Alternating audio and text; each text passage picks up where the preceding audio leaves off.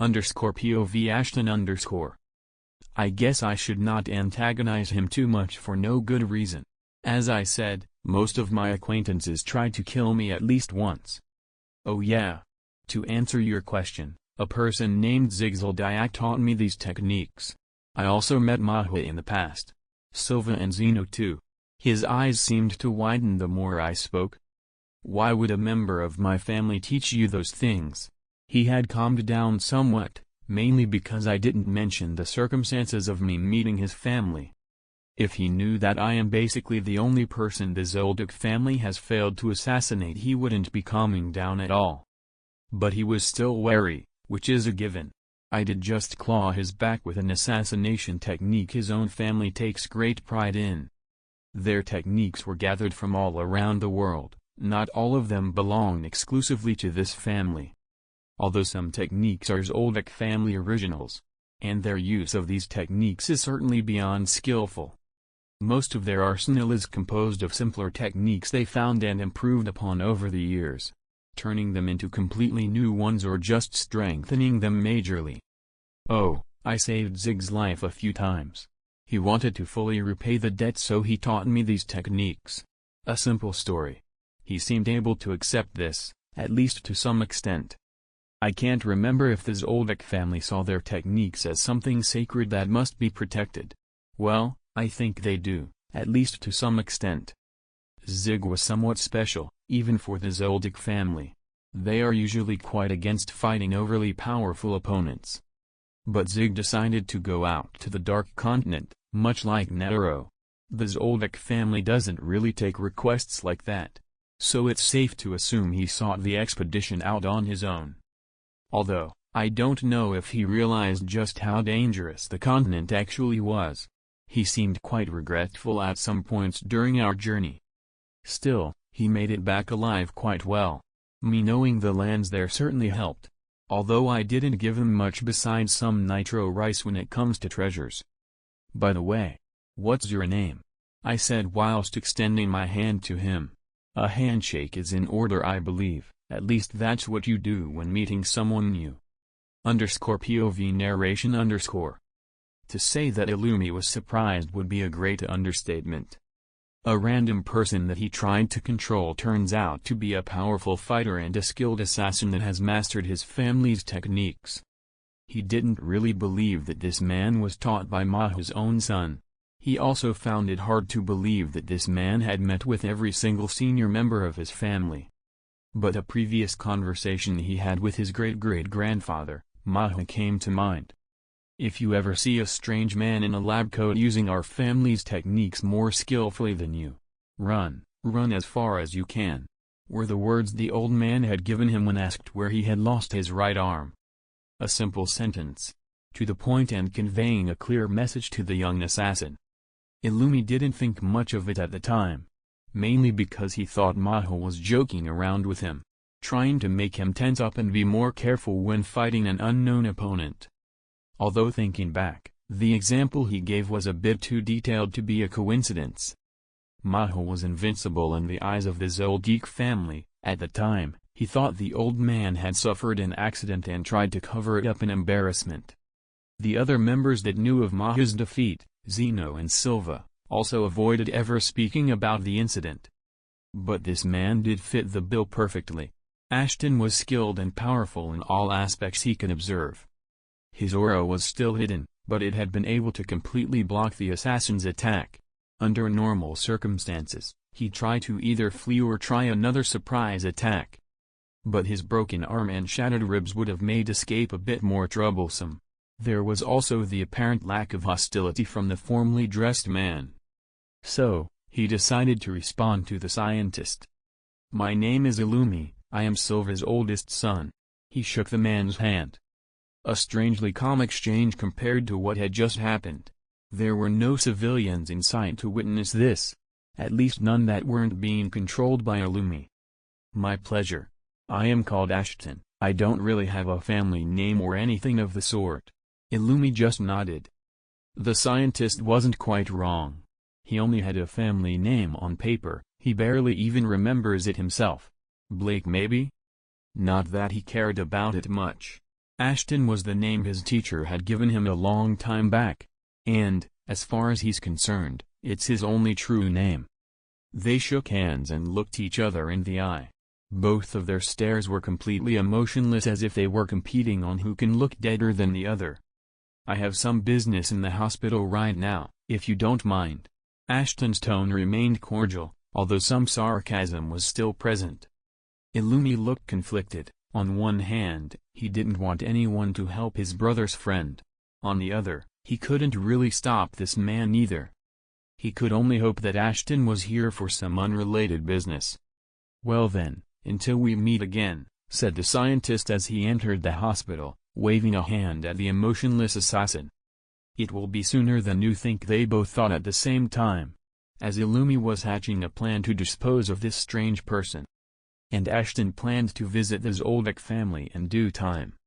Their paths were bound to meet once more, and that meeting might go in a completely different direction. _POV Ashton_.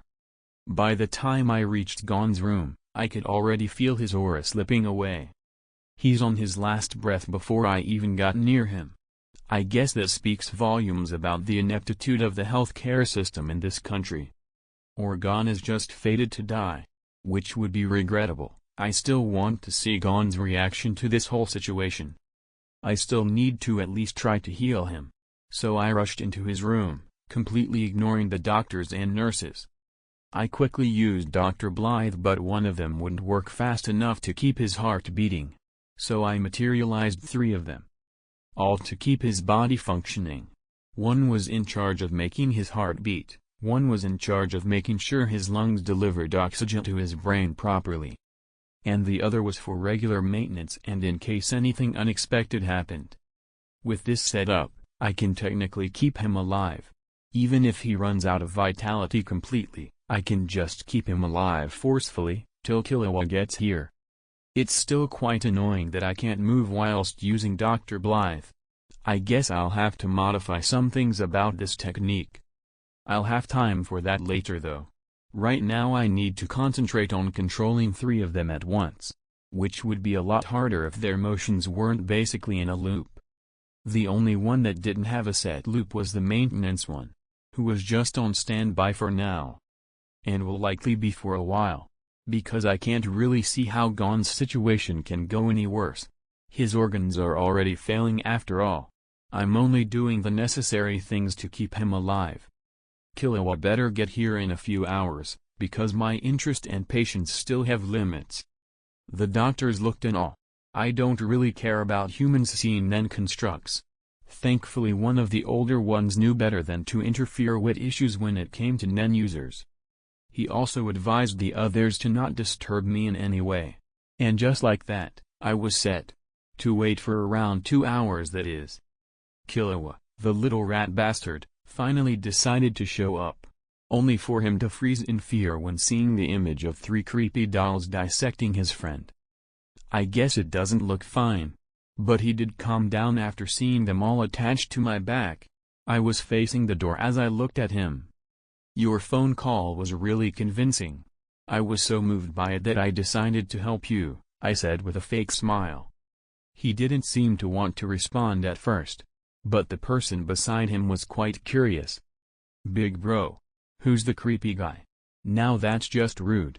She'd truly be in trouble if she wasn't such a cute child. She wore traditional clothing, her hairstyle reminds me of tribal wear. And she was even smaller than Killua. Question is, why is someone so nice hanging out with an assassin? Wait, she did call him big bro.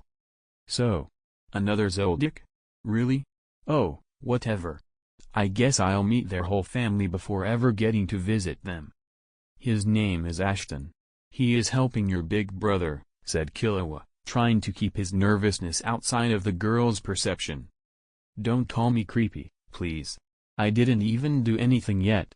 At least call me that after I do something creepy. You'll have plenty of opportunities anyway." The little girl nodded. She had a sweet innocent smile on her face. She gasped and looked quite excited when seeing Dr. Blythe. I guess they are just big dolls to her. Although it's a bit strange that she's completely ignoring the dying Gon on the table. Well, She's also as old as I guess. Ashton. You look older? Said Killua, looking a bit confused. Gee, thanks, kid. Really appreciate the sass. So do you have a way to help your friend, or are you just wasting my time? Killua looked a bit shocked when I mentioned this. I guess he hoped I wouldn't think too much on why exactly I was asked to keep a dying man alive. He doesn't know me well enough, it seems. Not that I blame him, we didn't really spend all that much time together. And some of it was spent with him trying to kill me. So yeah. He's truly as old as huh. _POV narration _ In truth, to say that Killua had expected Ashton to actually help Gon was beyond stupid. He didn't even consider that the scientist would show up. Still, he was very desperate when he made that call, and he knew that the man before him was still technically a doctor. Morel told him to try and contact Ashton, saying he should be able to at least use his connections to help the two. It was how he had gotten the number in the first place. But he was not expecting this type of help. Ashton, the man Gon tried to kill. Helping personally and waiting for him in this place. Even if he masked his voice and tried to hire him, he wasn't expecting him to show up himself. But how exactly could a 12-year-old child fool an old fox that lived for centuries? At this point, Killua was regretting taking Morel's suggestion about asking Ashton for help. But it was far too late to go back now. He was now scared for the safety of both Gon and his little sister, Aluka. Especially since he was going to now see Nanika. And he knew the type of greed Nanika was able to instill in others. The wish-granting second face of his innocent and cute little sister. Nanika was by no means malevolent. But it liked the concept of equivalent exchange a bit too much. At least that's what Killua believed. He wasn't outright wrong either. Still, it's still left to see how Nanika was going to affect the old scientist. The young white-haired assassin could only clench his fist and hope for the best. Why yes, I do have a way of healing Gon, he said with a stutter. His nervousness is only making me more curious now. I'm starting to think this kid doesn't want me to be here. I am extremely hurt. I believed us to not be in such bad standing with one another. Well then, time to see what the little assassin has in stock. It's clear to see that his plan relies on his little sister. Otherwise, I don't see any reason why he'd bring her into the room of his dying friend. Well, maybe she just wanted to tag along to watch someone die, who knows it with these zilks. Into the room entered two more people. Both wearing fashionable suits. A tall old lady who didn't seem to like me very much, and a teenager with a strange walking stick. Or, I guess it's her weapon? Who knows really, they should be Zoldyck family servants. Oh ho, and who might this young man be? Oh, I already like this lady, I'm not calling her old anymore. Anyone that calls me young after my transformation is getting in my good books. Well, nice meeting you lady, I am called Ashton. A bit of a doctor I guess, I said with a cordial smile. She seemed quite surprised that I called her lady, but in all honesty, even if I called her young girl it would be accurate for me. Aluka, from now on we will be together. That's a promise. Killua seemed to be having his own conversation with his little sister. Something strange happened, it certainly caught my attention. Her eyes seemed to disappear, her lips caught in a large smile, the inside of her mouth was not visible either. Now, this is what I wanted to see. An unknown factor that I can find interesting. Something I can study, or at least find out more about. They both came towards Gon, who was still behind me, being kept alive by the Dr. Blythes I summoned. Please. Heal Gon, said Killua whilst looking at the dried-up arm of his friend. I guess it's not really a pretty sight. His life is basically hanging on a string. The second I stop keeping him alive his organs will fail. Her voice now has a strange tone. Somewhat melodic, but somewhat creepy too. Killua uncovered more of Gon's arm. And Aluka, or whatever this is, grasped his palm, as both of her hands started to glow brightly. At this point, I also deactivate Dr. Blythe. The outburst of aura and was amazing. The more amazing part is that the aura corrupting his body and killing it was being taken out of him forcefully. A strange power seemed to be regenerating his vitality and his body followed suit. I think this outburst of energy will be felt throughout the city. This won't do. I'll claim responsibility for this. I don't want anyone to bother Aluka now. She's immensely more interesting than both Gon and Killua combined. She also reminds me of something else entirely. But that's something I will explore later. I won't be actually harming the little girl though. That would be low even for me. I just established that she's the most innocent Zoldyck I'll probably ever see.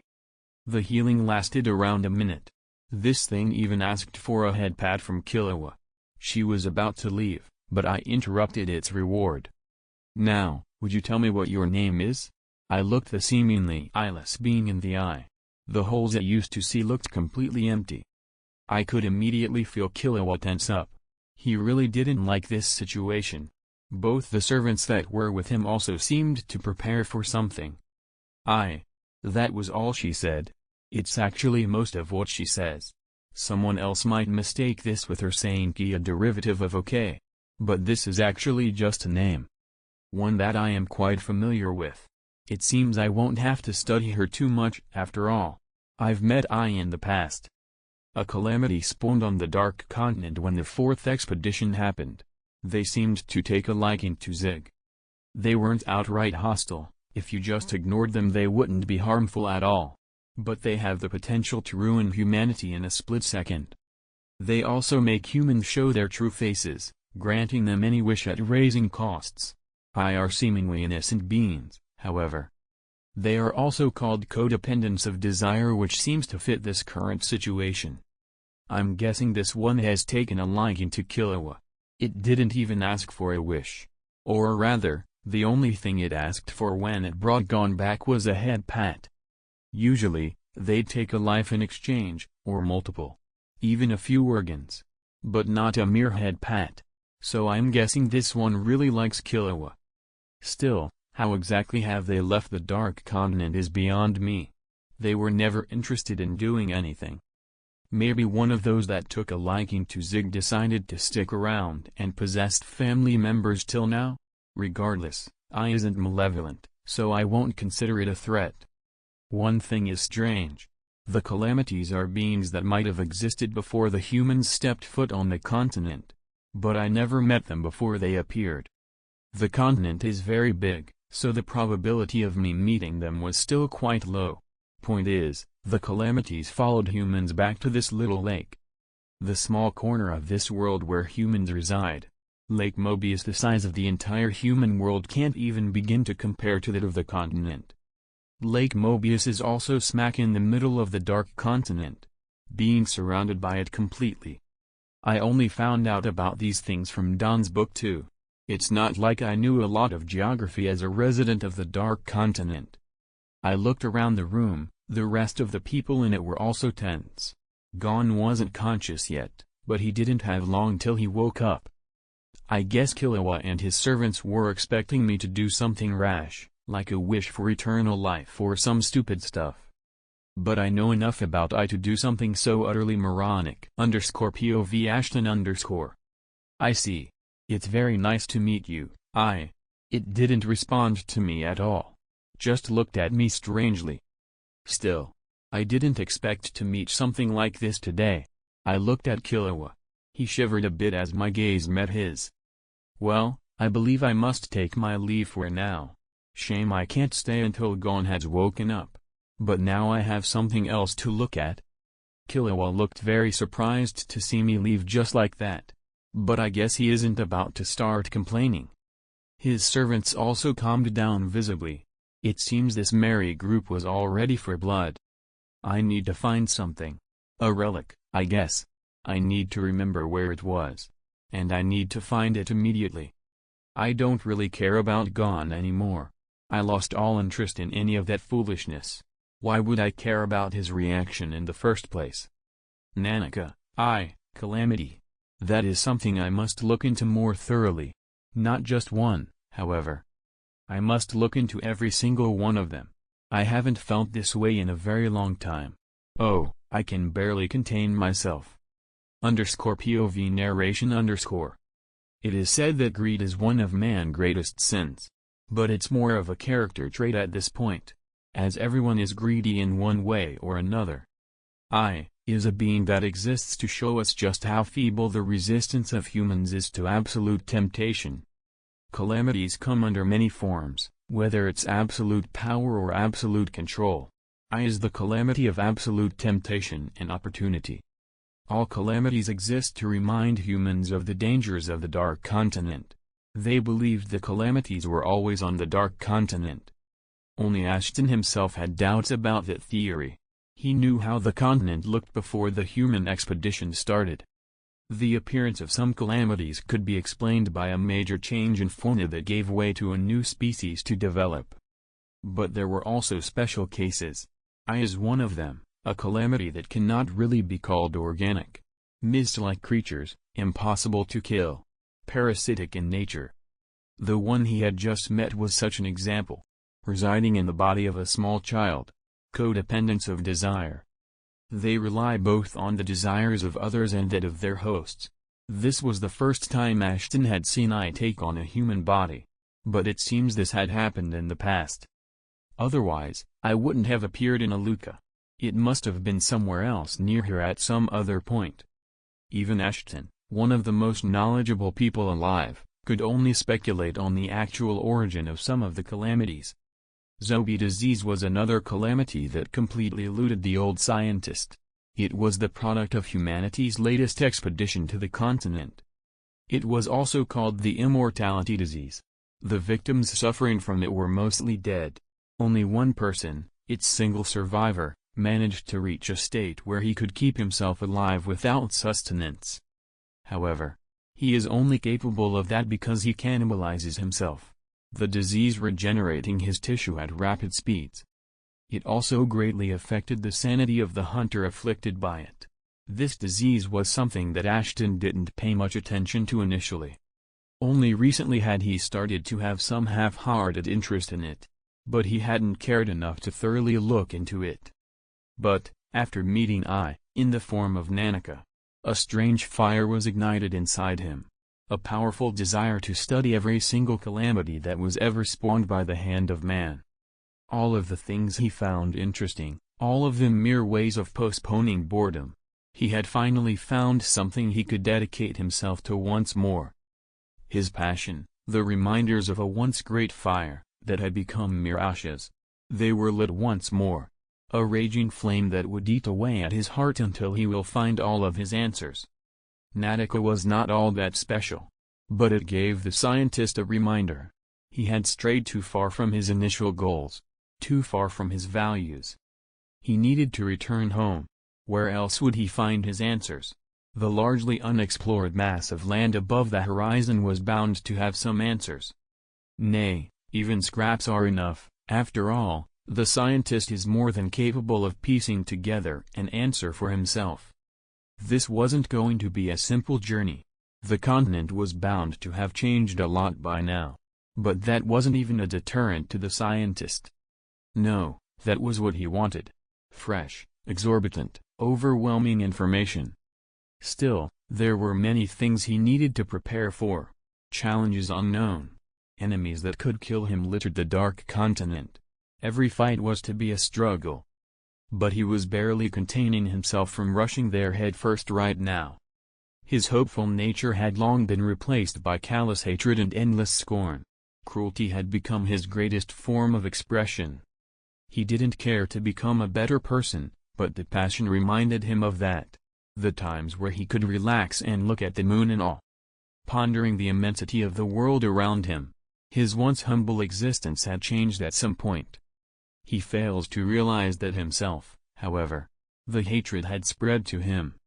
A menacing plague that had afflicted his home from the very first time he had set foot on it. After all, every human expedition gave birth to a calamity. He had yet to see what calamity his presence had given birth to. Or had he? _POV Ashton _. To look for it I first need to return to my laboratory. I have quite a few things I need to prepare. That relic is a chest containing a few of the things I brought with me to Lake Mobius. I need it if I am to survive leisurely on the continent. After an hour, I reached my laboratory, a place that I won't visit for a while. I quickly started dragging out a large box out of my void space. It was made out of strange glowing greenstone, it had strange engravings and no actual keyhole. It had a spot where one could insert a circlet. It looked just as new, but that was just because time is skewed in that void. I've not seen this box in a few decades. Inside it is what I need. But opening it is not as easy. This box is almost indestructible, the material used to make it is unknown to me. I only have 2 of the pieces required to open this thing. It holds a few more items than what I used on the continent. After a few fights and some debates, we decided to put everything dangerous inside this box. And the key was split into 4 pieces. I got one, Netero also had one. Zig and Lin also kept theirs, and now I have a reason to visit the Zoldyck family. How quaint. As for why I would put my equipment in a chest that some other people restricted, I wanted to have a fresh start when first coming here. I didn't think they'd be too helpful in Lake Mobius. And, I was partially right. I could have used them only against the king. Certain trinkets could only be found in some of the ruins in my homeland. They are so powerful that one might think they were all created by a coalition of powerful conjurers. And I happen to own quite a few of them, either scavenged or gifted to me by my teacher. But I placed them all in this large box. There are also a few other items that were found when I was grouped up with them. This is why they also hold part of the keys. The relics are extremely powerful. Humans would no doubt wage wars for even the weakest one of them. So we decided it was best to seal them for a while. Zig wanted to bury the chest at first, but I managed to convince them it would be safer if I keep it with me. The key being split 4 ways was just customary. So I have to walk around a bit. I wonder where Lin is right now. Still, I really don't like looking at her now. Especially since we used to get along quite well. Seeing her that old just doesn't feel right. She was also quite mentally scarred by her experience on the Dark Continent. Although, most of the trauma was gone at this point. Me guiding them through it was what helped a bit. But by the time they met me they had already experienced the dangers of it. Right now, I can only hope that she hasn't lost her peace. Otherwise, I'll have to get creative. Still, this adventure is going to be quite memorable. If I even survive it, that is. Well, I certainly won't if I don't manage to open this box. At least not easily. I decided to call Lin first. Since I don't really know anything about her location, whilst Zig specified that he'd keep his peace at his residence. Thankfully, Netero always told me Liney's number whenever it changed. I didn't talk to her much after we left the continent. Only a few meetings, mainly to burn some stress off. After all, I am a human, I still have needs. Although I rarely indulge myself in them. The awkward thing is that she had something of a relationship with Netero. But he didn't really mind. We had gotten together before the 2 of them had something going in that direction. I think they had a child together now that I think about it. Netero mentioned something like that. His death probably hit her a bit. It took a bit for her to answer. Yes. Who is it?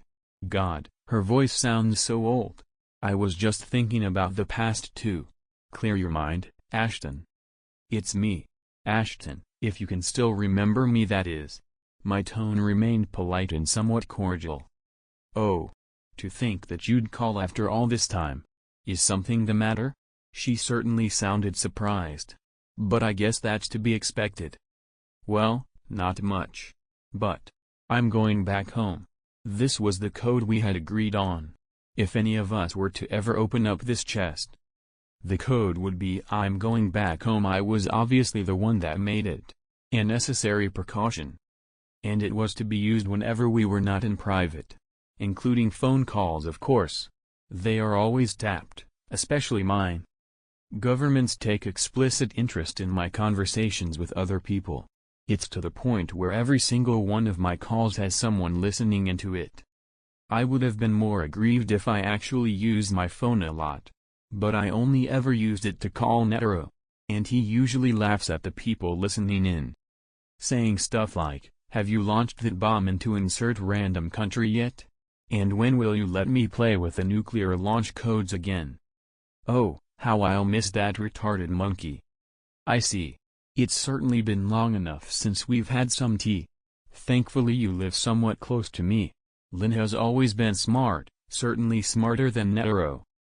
At least in situational awareness. Netero was smart in many ways, like the fact that he was a genius in martial arts. And yeah, continuing. I could come by right now. It's been far too long after all. I mean, I doubt she has much important to do anyway. Oh, I'm at the association's headquarters. In Swordani City, Lainey said in a friendly tone. Perfect. I'll be there in an hour at most, I said smiling. I hung up after that. Wait. Swordani City. That's where Gon was being treated. After smashing my head on the table a few times I quickly started making my way back there. _POV Ashton_. God damn it. I really hate the fact that I forgot about this. Okay, so what happens after the chairman of the association passes away? Well, obviously another one is chosen through election. The participants being hunters that contributed the most to the association and the world around them. And guess who else is on that list? Well, none other than myself of course. I only remember that I received this invitation and threw it in the trash without reading it. But now that I think about it, it was probably for me to attend this event and compete for the position of chairman of the Hunter Association. So I guess I have more than one reason to go back to Swordani City. I wonder who I should vote for. I'll also likely see Gon there.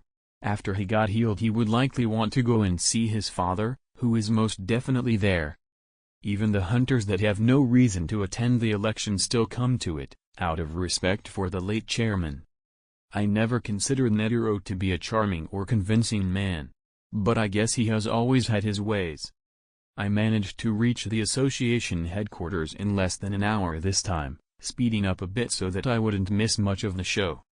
When I entered the hall I could see some people looking at me somewhat confused.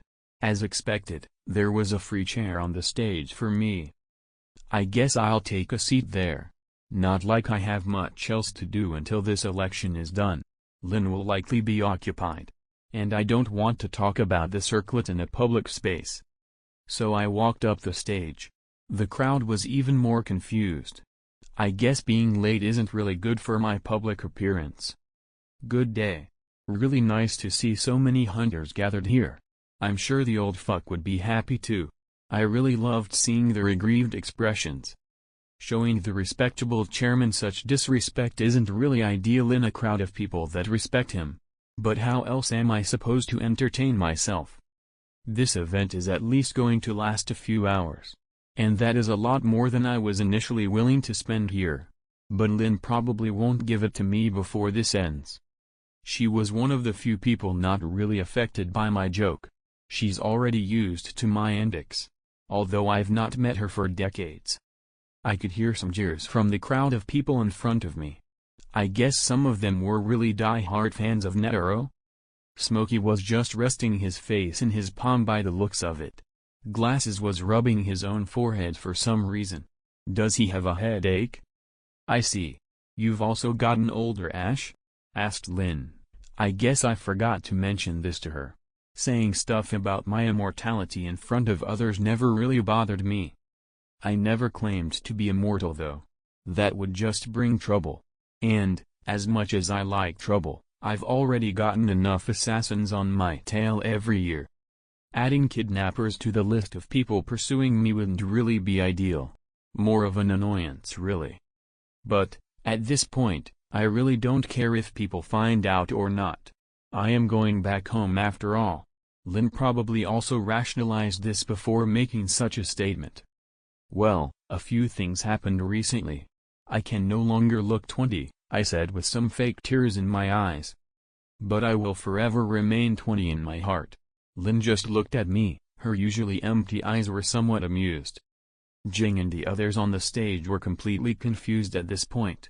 I guess Lin is the oldest hunter alive, not that Netero is gone. Well, Netero used to complain a lot over the years about the fact that your skin remains smooth, she said with a bit of melancholy. Really laying it on thick with the immortality clues, huh? At least she's making the situation more interesting. I didn't respond this time, only shrugging a bit. My conversation with Lin seemed to calm down the rest of the people. Apparently knowing someone respected is a good thing. _POV narration _ Lin's words and references didn't really fly over their heads either.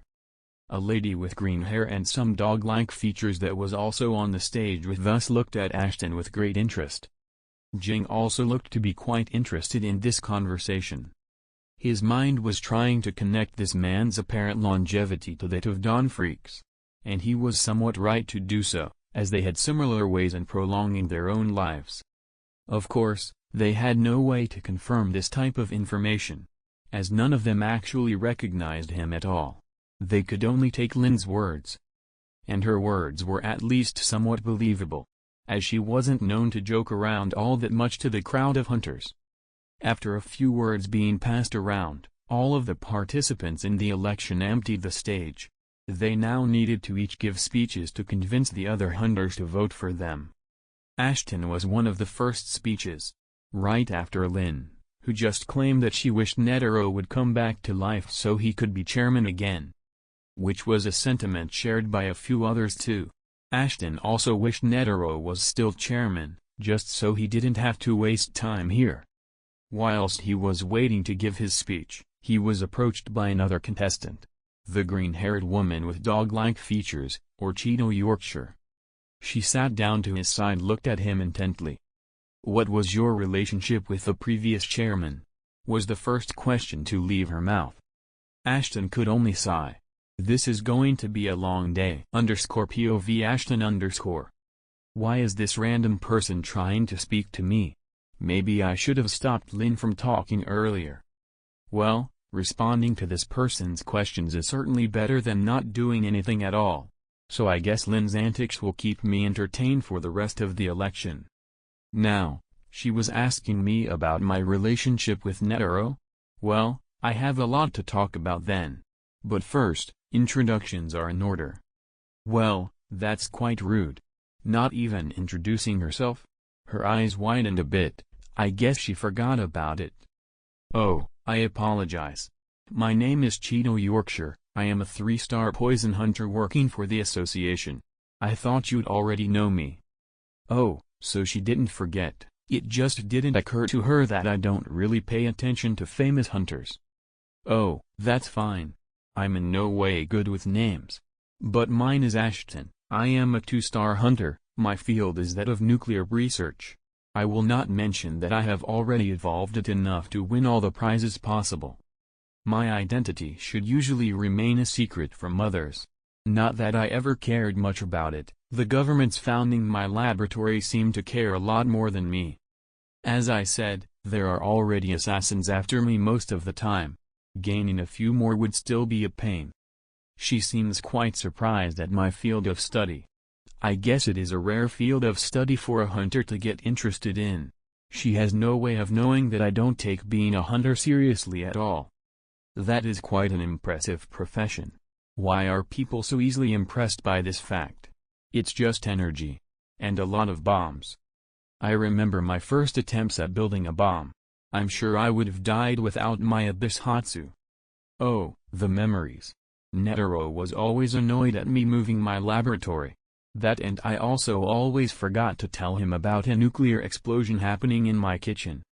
Not as impressive as yours. It seems you've also contributed more to society than I have. Exchanging pleasantries is always easy when you're a good liar. She blushed a bit. A response I wasn't really expecting from a casual comment. I guess she takes her position seriously. As for my relationship with Netero, I guess I was his friend. What about you? I don't really feel like explaining every single detail about my bumpy friendship with Netero. Oh, I used to spar with him a lot. Like with the rest of the Zodiacs, my strength was recognized by him. Oh yeah, I forgot that he is basically recognized as the strongest human alive. Getting recognized by him must be a pretty big deal. That's quite impressive. I never got around to sparring with him. That was a bald-faced lie. Almost every single one of our fights was a spar. Especially since neither one of us was ever serious. She looked quite happy at the recognition. Although her expression wasn't giving much away. It's a bit hard for her to hide the twitch of a smile threatening to reach her lips. Thank you. What is your impression of the candidates? I guess she realizes I have some type of status for Lynn to be speaking like that to me. Otherwise, I can't see why she'd be all that interested in my opinion. I can't say all that much. I only know you and Lynn. But the blonde guy to my left is a bit shady, I said. Directly referring to the other contestant that took a seat to my left at around the same time as Cheadle. I think he used to be the vice chairman. But he's being quite rude by listening in on my conversation. Looking at him, I could see some sweat on his brow and a wry smile on his lips. He does look a bit familiar. _POV Pariston Hill _. Why is this monster here? I remember it clearly. Netero said he'd go visit his friends a few years back. Me, Morel and Nav were curious, so we decided to tag along. After all, Netero always had the most interesting adventures. But we just went to an inhabited mountain range. And inside a random cave, we found an elevator that only went down. Netero acted like such a thing was completely normal. Both Nav and Morel were just as confused as I was. We stood in the elevator for around 10 minutes. The speed of it was great, but it seems that his friend lived very deep underground. The elevator eventually stopped its descent, and the doors finally slid open. Looking into the room, I could see a pristine room. White floor, ceiling and walls. The room was unbelievably large. I could see countless drawers on shelves. Various chemicals and body parts in them. I found the sight interesting, but Morel and Nav found it quite disturbing. I still remember seeing the man working on some strange machine.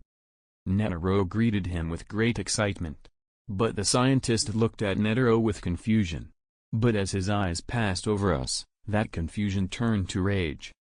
"Who the fuck did you bring here?" were all of the words he had said. After that, he rushed us. He had instantly transformed from a calm and collected scientist into a bloodthirsty fighter. Something that I only found surprising at the time. But what actually scared me was the fact that Netero didn't even have a chance to respond before he was blasted into a wall. Morel, Nav and I immediately prepared for combat.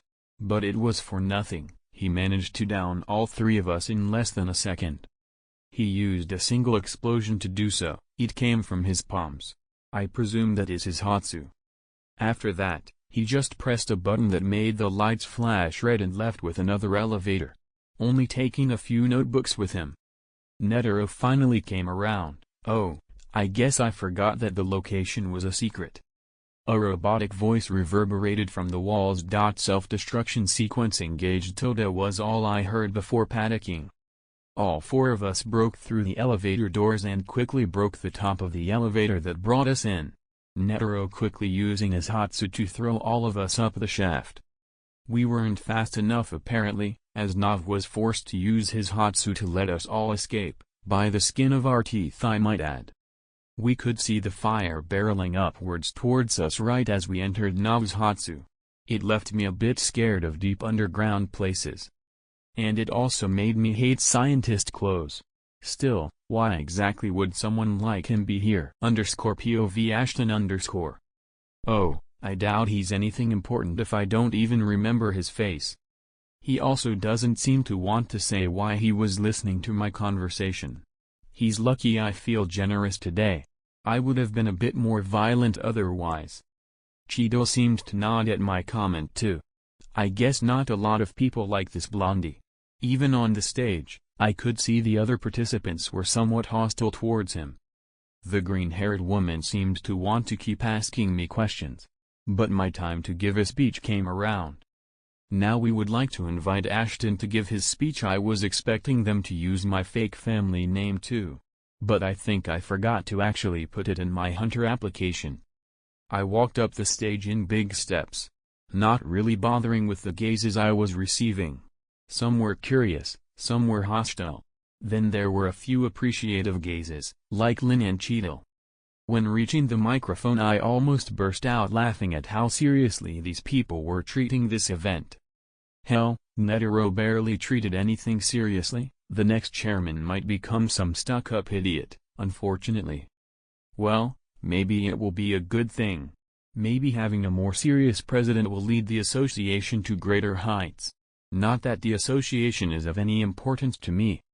But I will need a few things from it before departing for the continent. I will find powerful enemies there, but I shouldn't have much issue with them, as long as I get my hands on the relics. I looked at the public as I started speaking. To be completely honest, I am only here because Netero thought it would be funny to recommend me for the election. I said that with a genuine smile on my face, which is quite rare for me. But not suppressing my emotions will help this speech flow better. I don't plan on trying to become the president. I am only here to check out what my friend Netero left behind, to see if his legacy needs any help being preserved, if you will. I could hear some gasps. I didn't even say anything too shocking there. But I guess there's the notion of me being Netero's friend.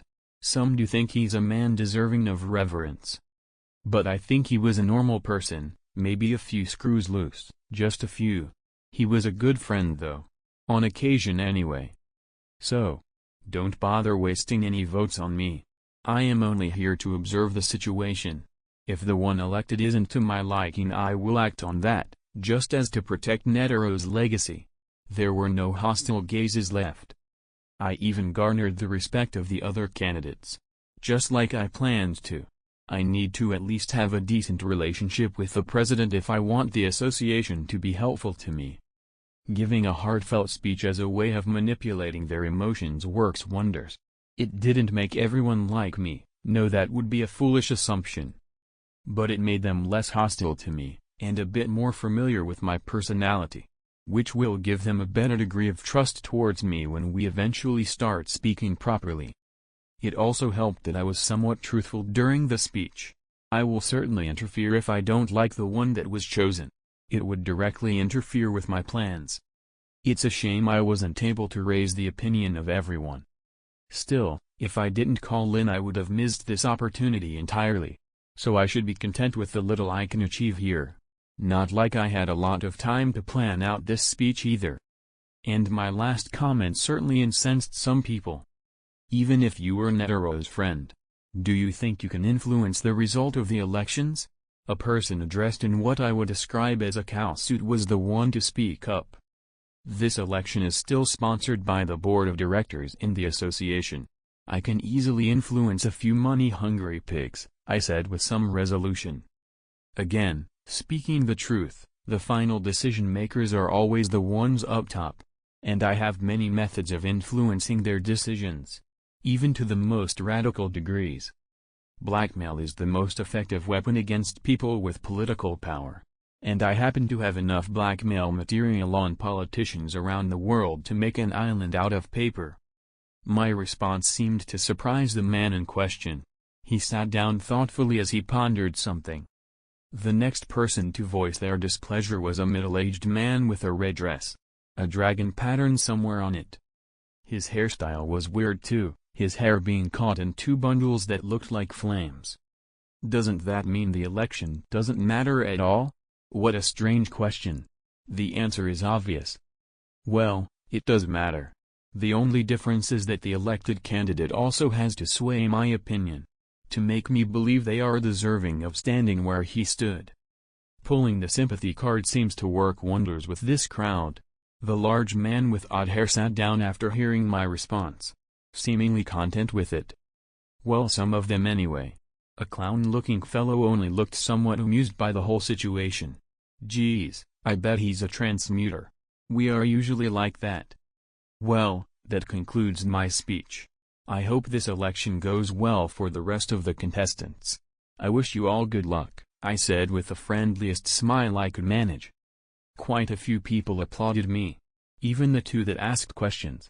I walked back to my seat, to find Cheetah looking quite strange. She seemed to be thinking deeply about something. I didn't really want to bother her, so I just took my seat.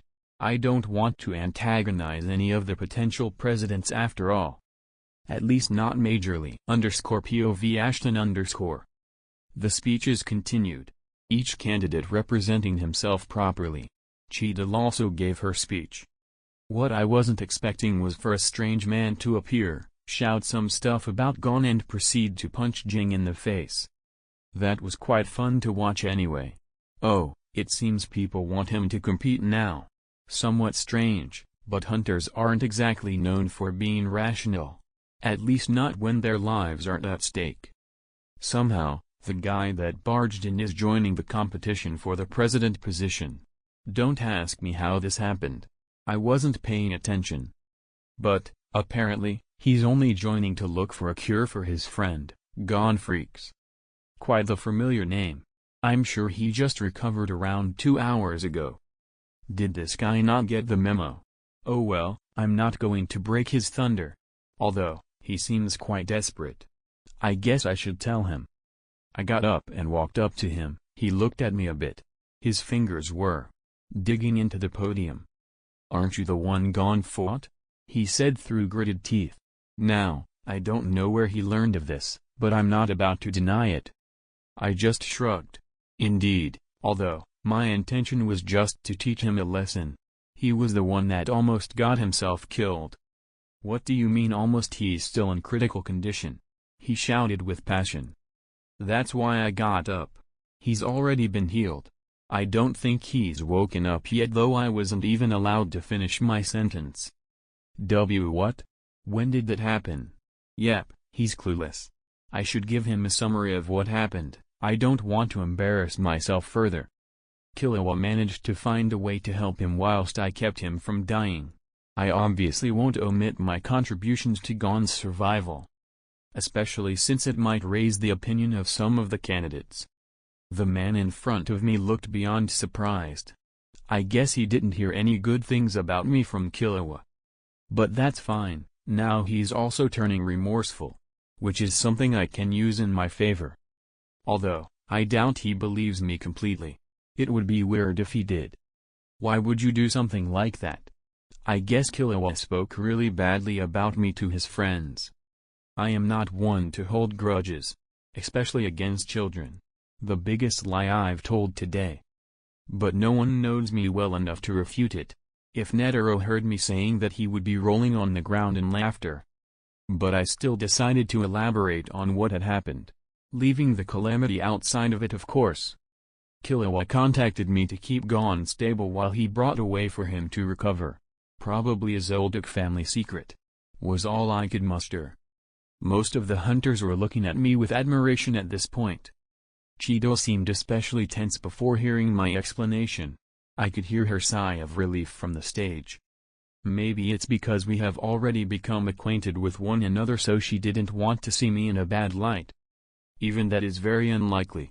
I've barely talked to her for more than 10 minutes. She shouldn't have had enough time to create a proper impression of me. Well, it doesn't matter, I solved the issue without too many complications. The votes started pouring in soon after. Many still chose to vote the Oreo, the man I was just arguing with. But it was tied with Paris and Hill, the creepy blondie that was listening into my conversation. Cheetah was quite discouraged to see that. I guess Blondie isn't exactly well liked in this circle. Don't worry too much about him. He's not becoming the chairman even if he wins. My words seemed to reassure her greatly. Still, I don't think Leorio is a good candidate, she said with a frustrated sigh. Don't worry too much, he only wanted to help his friend. He's still here only because hunters are prohibited to leave the election before voting. I have no doubt he'd go to Gon first chance given if he could. But he has already involuntarily entered the competition. Well, there is quite a lot of time left before all of the votes are cast in. So I have time to ponder a few things. Like, wondering if Lynn is aware of how much this helps me. She likely is, she was always sharp. She also knows that a trip back home will take quite a bit of prepper. Ashton, who do you think is most suited to win this election? My train of thought was interrupted by Cheeto, who is currently looking like a lost puppy. Does her confidence need a push? Or is she trying to manipulate me in some way? Am I overthinking an extremely simple question? Most likely, but being paranoid is very useful. Well, if I were to choose, it would be between you, Cowman, and Dragon Ponytails. She looked quite amused by the nicknames fashioned for her friends. She also seemed a bit flattered that I considered her a good choice. But what exactly am I supposed to say? She's the one I managed to get along with best. Things would be much easier if she becomes chairman. I looked at the stage. Pariston was also looking at me. Our eyes met for a second, but he looked away instantly. Seriously, where do I know him from? People usually aren't this scared to look me in the eye during our first meetings. So I surely did something to him in the past. As Cheeto was pondering my response and Pariston was acting like a shy schoolboy trying to ask his crush out, the doors of the auditorium swung open. It seems Gon woke up. His legs were also healed completely, it seems. That's all good and well, but why are so many people paying attention to a random child entering? Well, I guess the votes are tied now.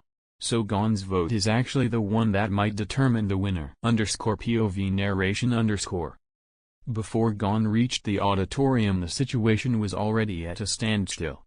The people mostly voting for Pariston Hill and Leorio. The other candidates only receiving a few votes in comparison. The hunters were happy that a newcomer arrived, even if it was a child. But they didn't expect Leorio to rush the child and hug him whilst in tears. It didn't take long for people to realize who it actually was. Leorio was quite transparent with his intentions during the election, repeatedly asking hunters if there was a way to cure Gon before Ashton intervened. Now, the situation took a bit of a turn. As the friends reunited, Gon also managed to see Ashton, who was sitting down in the distance and observing the situation. Gon looked at the ground when seeing the old scientist. But he still walked up to him, clenching his fist in the process. Ashton just sighed for a second, thinking that I guess he is still quite mad at me. But he wasn't exactly right. Whilst Gon hadn't forgiven him in any way, he still couldn't ignore the fact that his life was partially saved by the man. Doing so would make Gon feel inadequate. Responding to kindness with aggression was one of the things he hated the most. And now, things somewhat balanced out, as he had as many reasons to hate the scientist as he had to thank him. So, when he reached Ashton's seat, he just stood in front of him and bowed. "Thank you." That was all he did before continuing his way down the stairs. He refused to look Ashton in the eye during the short exchange, either out of defiance or embarrassment. But he had conveyed a clear message to the old scientist. One that still left Ashton a bit confused, but not really shocked. One of the outcomes he somewhat expected. But it was still the one he found most unlikely. _POV Ashton _ So I guess the suicidal kid can actually show some gratitude. I was honestly expecting him to start attacking me again. But I guess he doesn't really know about me killing a few hunters at the palace. If he did, he wouldn't be just as friendly. The explosion reaching the palace wasn't really something I could help with at the time. It's something I regret. Well, I don't really care about the hunters caught in the explosion. They were prepared to die in their mission. Them dying so I could take out the king is only fitting. But the civilians didn't really have anything to do with that. I wonder who Gon would vote for. I would say he goes for Leorio, but I really don't think that Leorio even wants the position all that much. After a bit, and with Pariston encouraging Gon to vote between him and Leorio, Gon finally placed his vote on the blonde man, saying something along the lines of Leorio wants to become a doctor, not the chairman of the association. Which is fair enough.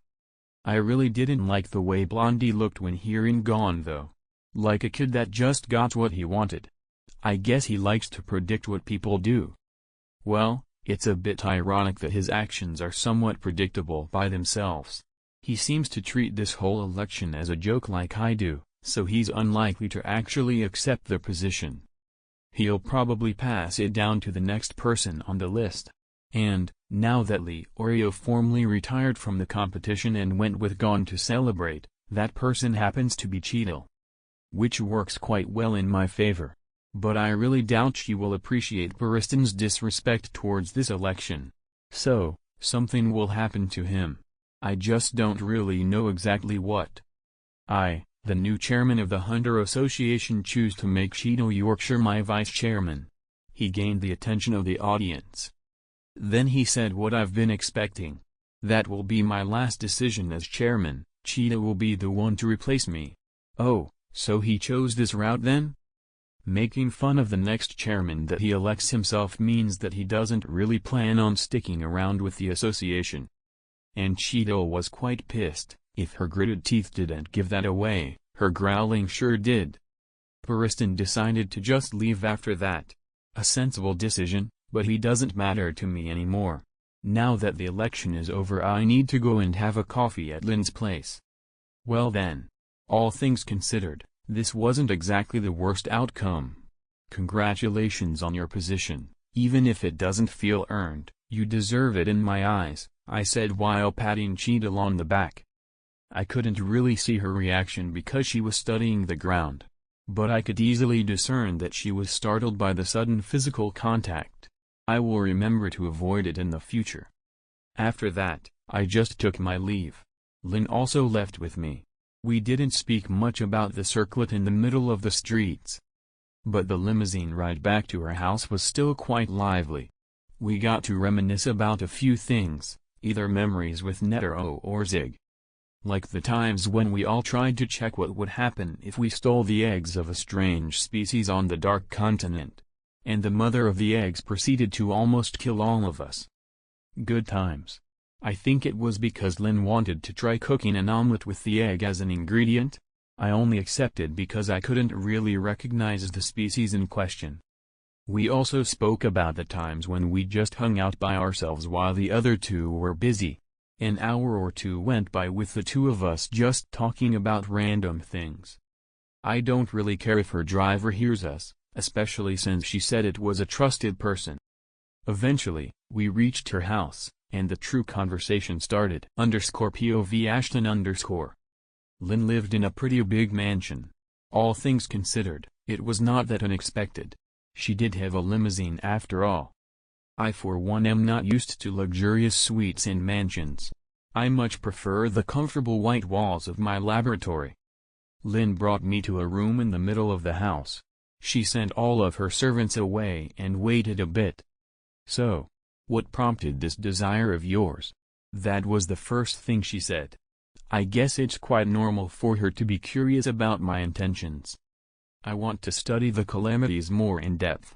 I feel like there's far too much I've overlooked about my homeland, and I wish to return and find out more.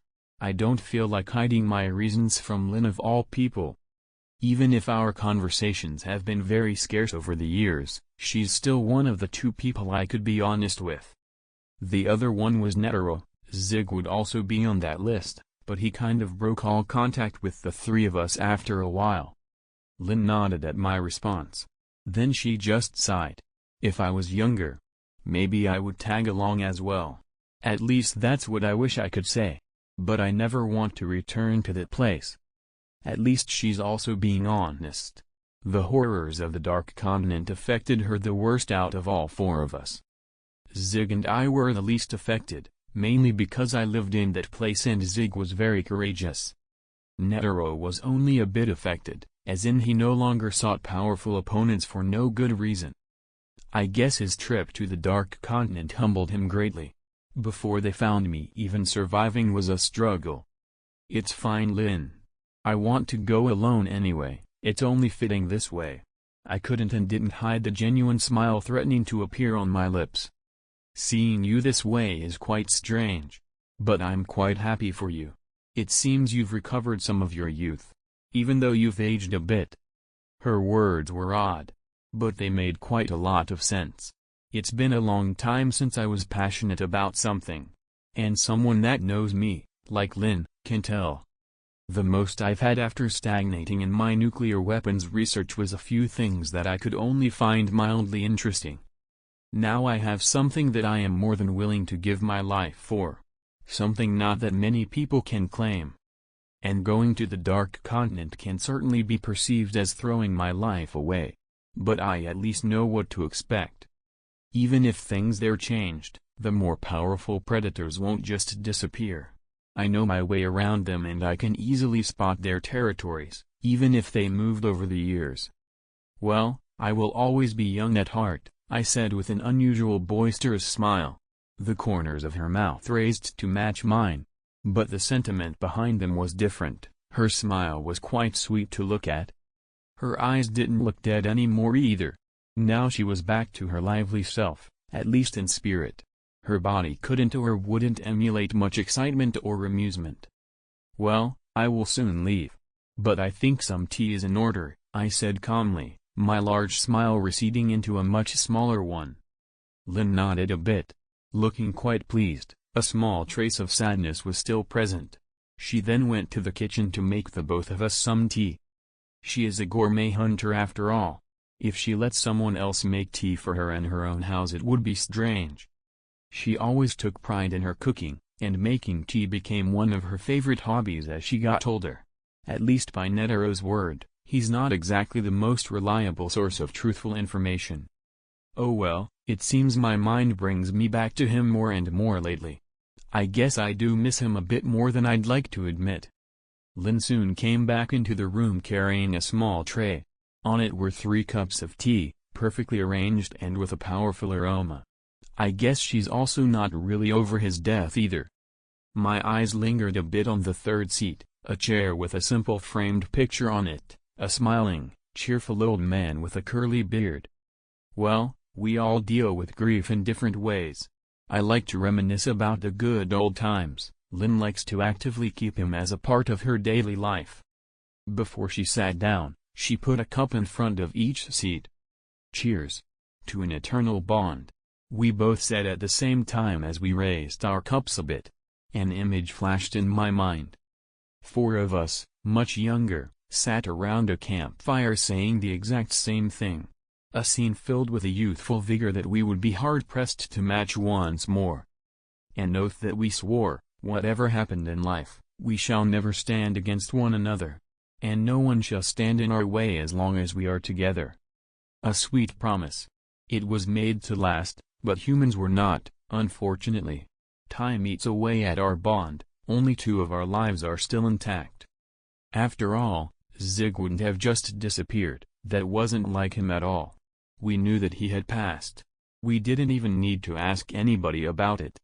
But we still refused to admit it at the time. Zig's fate was unknown to us, but I will learn about it soon. Maha will have to explain it to me, one way or another. But for now, I will enjoy one last cup of tea at the side of my last friend. I don't think I'll be able to be there for her till the end. This might as well be our last meeting. _POV Ashton_. Not many words were exchanged after that. Both of us being lost in our own worlds, to the point where we had spent 1 hour sipping on empty cups. But I don't feel like I've wasted any time here. A goodbye should at least take this long.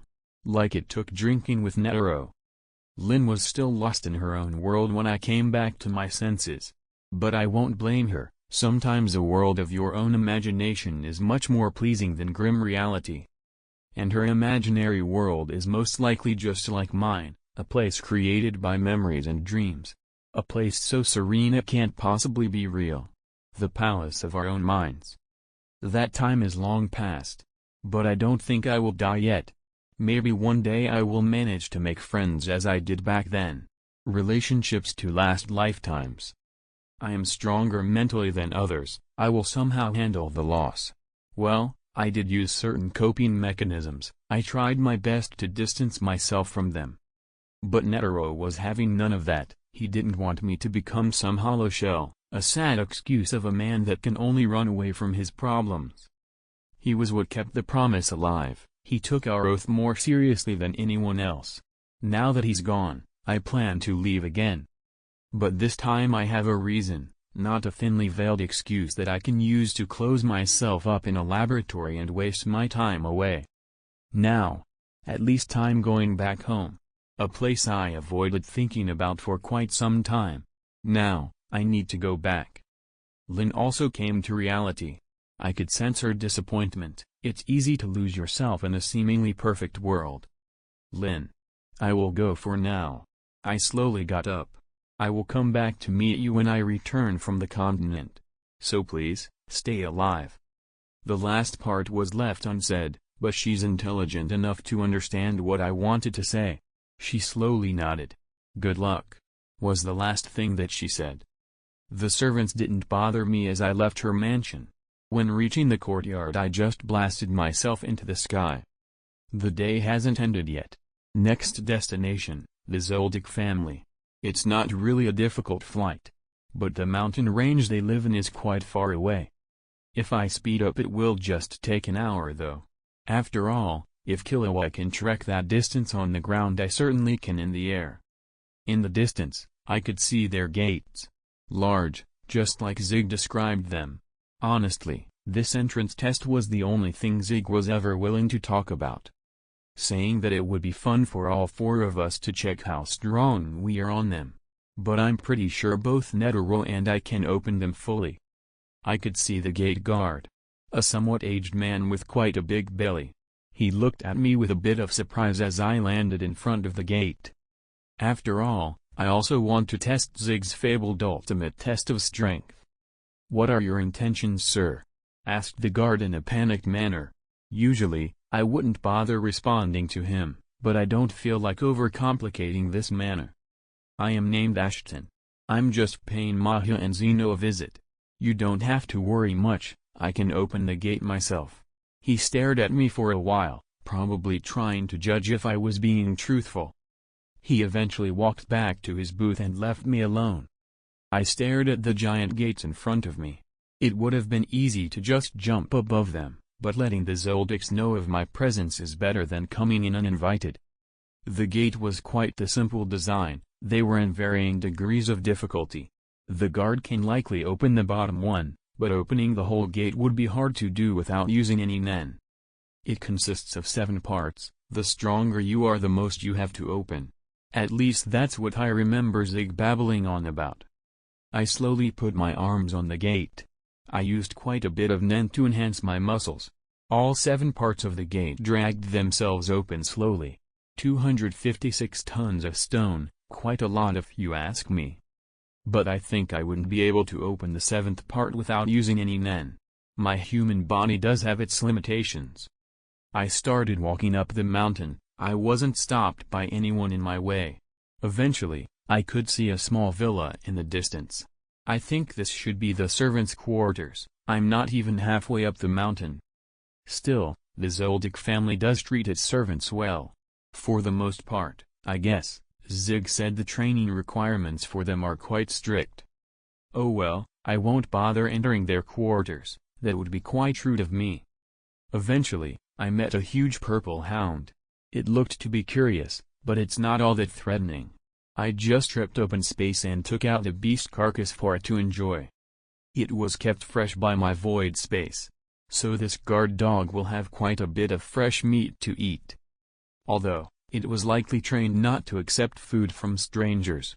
The Zoldicks already know of my arrival, they would inform their servants of it as well. That includes their hound. Eventually, I reached the biggest mansion on the mountain. The place where the main family lives. I walked there with confidence. They didn't really have much of an alarm, so I just entered their front door without worrying too much. Upon entering, I met a woman wearing a purple classic-style dress, her face covered in bandages and her eyes covered by a visor with only one red dot on its screen. Comment. She bowed a bit. Please, come this way, sir. I wasn't expecting such a polite greeting. Might as well follow her. _POV Kikyos Oldek_. I don't understand why my dear husband is making such a big deal about this person's arrival. But I've never seen him panic to that extent. When the guard at the gate contacted him he just started pacing around the room, thinking of things. He also called for Zeno to come to him, whilst sending me to greet the man at the door. Is this man perhaps a big client of ours? No, I would have known about him if he was one. Now that I can see this man, I somewhat understand my husband's strange behavior. His appearance is quite intimidating. It's hard to discern whether or not he is an Nen user, but he should at least be someone in a position of power by the way he carries himself. Usually, clients don't come to meet us in our home. But this person might be a bit different. When checking the cameras, he was also not afraid of Mike, our guard dog, at all. He is also not all affected at all by the fact that he is currently in the home of the most infamous assassination family. I guess he is either strong, or he is courageous. Still, I don't think he's deserving of such a reaction. Well, I won't question my husband's judgment. I will treat this as professionally as possible. Well, I'll try to anyway. Unfortunately, not everyone in the family has the same ideas. As Miluki also decided to appear in the same hallway. And he was also carrying one of his toys with him. Oh Lord. _POV Ashton_. Well, everything looks fine enough, the house looks clean and the walls are beautifully decorated. Whilst walking, another door swung open, and a barely dressed fat teen came rushing out. He also had a strange human-sized doll in his hand. Mom. Why is father calling all of us? I mean, I'm standing right here. I always thought assassins were supposed to have some awareness. I could see the lady guiding me pinch the bridge of her nose in annoyance. I'm assuming she's the mom? So little Silva landed a hottie? But why would his son end up like this? Being fat is okay and all, but the doll he is holding is a bit more than a toy. I don't even want to think what he's been doing with it. Miluki. Would you please make yourself presentable? We are currently entertaining a guest. Oh wow, this lady hides her anger better than I can. As expected of his Oldic family. No one in this household is normal. Well, they sure stand out in different ways though. What? I thought that was just a new servant or something. Oh wow. Well, I guess their servants are always well dressed. Some confusion might happen. Oh, who am I kidding? If he wasn't Zig's great-grandson, I'd rip his fat head off and mount it on a spike. Stop being disrespectful, Miluki. Go back to your room already. And take the disgusting doll away from our guest. Well, I guess her patience has its limits. And so does mine. Thankfully he scurried away when his mom flared up. He almost dropped his doll too. Silva was always a handsome kid. How did that come out of him? Most of the Zoldyks I've seen have been relatively good-looking. This family has always had a lot of luck with the gene pool roulette. It's disturbing to see such a drastic change from their usual appearances. I apologize for the inconvenience. I hope that misunderstanding doesn't affect our future cooperation, she said with a perfect bow. Oh, you are being way too courteous. This is merely a family visit. I am a friend, of sorts, with Silva, Zeno, and Maha, I said in a calming tone. It's a bit nice to meet someone this polite in what is technically a den of assassins. I didn't want to inconvenience her too much. I see. Well then, I won't delay you any further. Let's continue walking for now. From her tone, I can tell that she didn't quite believe me. And I don't blame her. A random middle-aged man just shows up and says he's friends with 3 different generations of your family.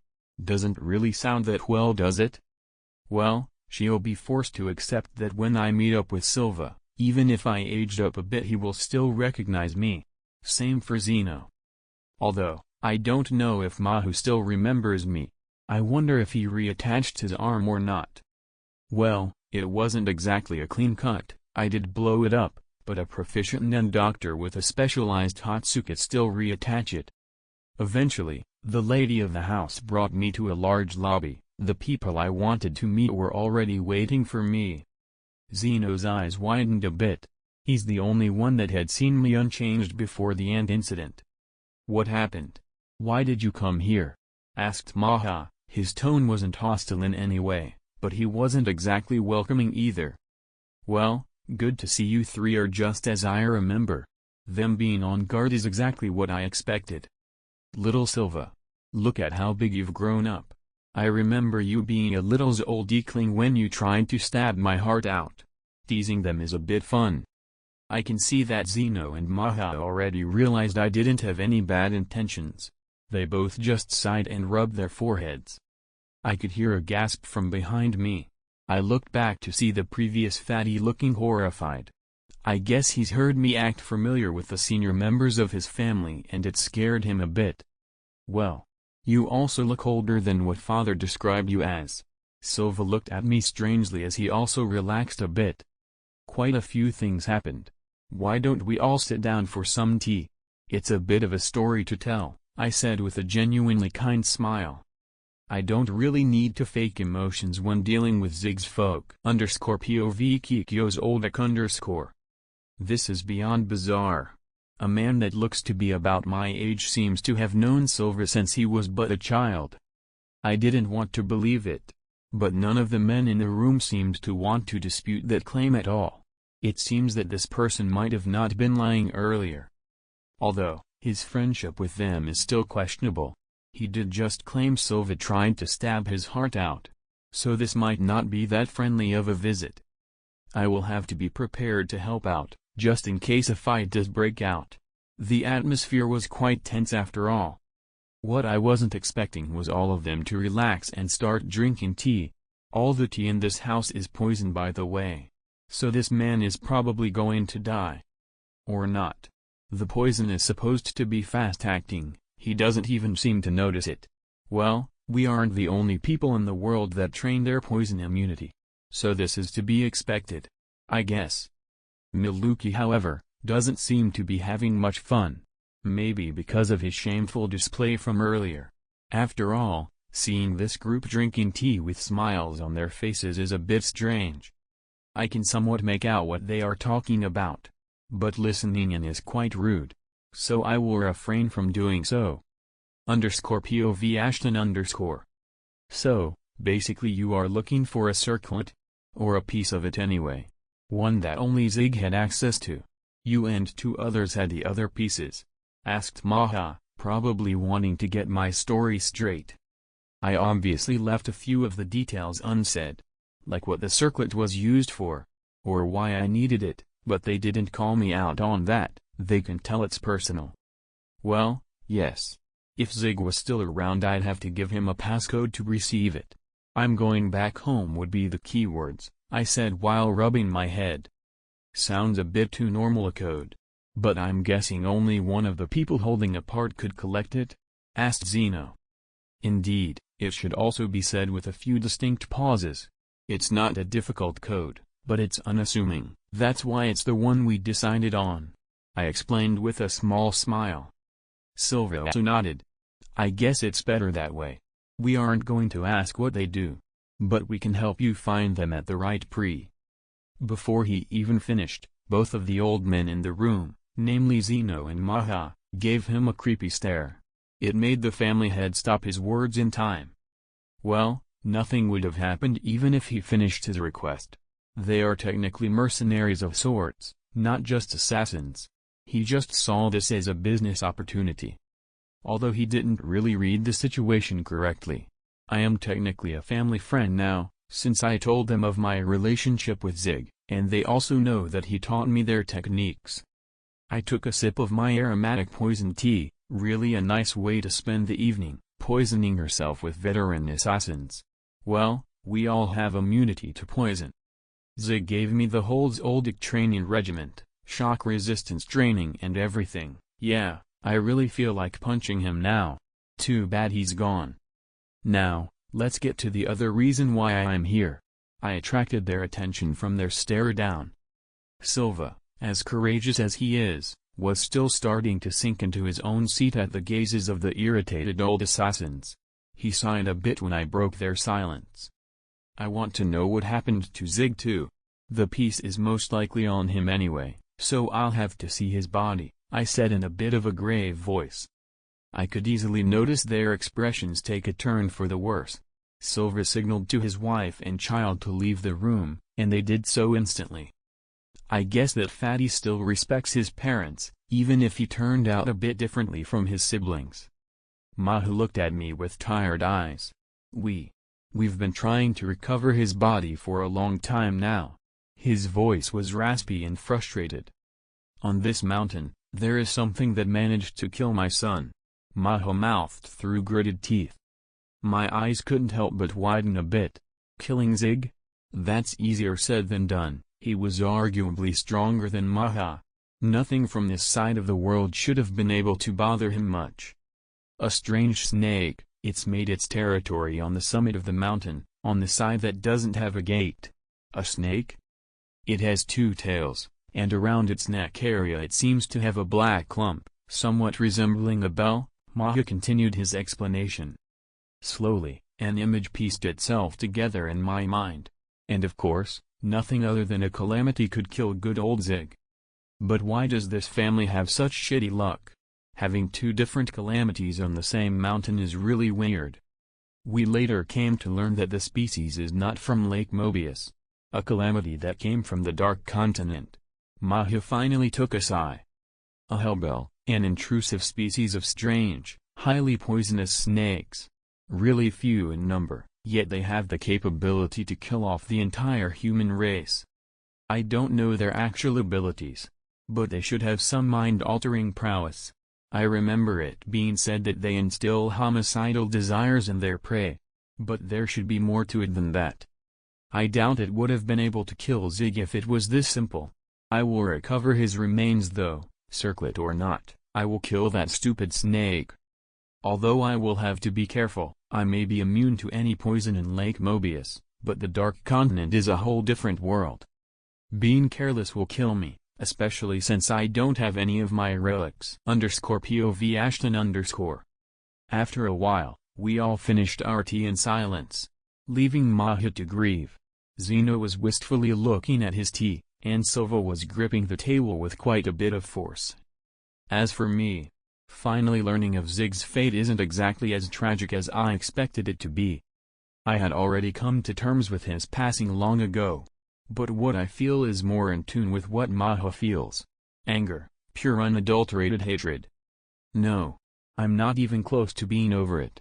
A blasted snake took the life of one of my only friends while his father and son could only watch in despair?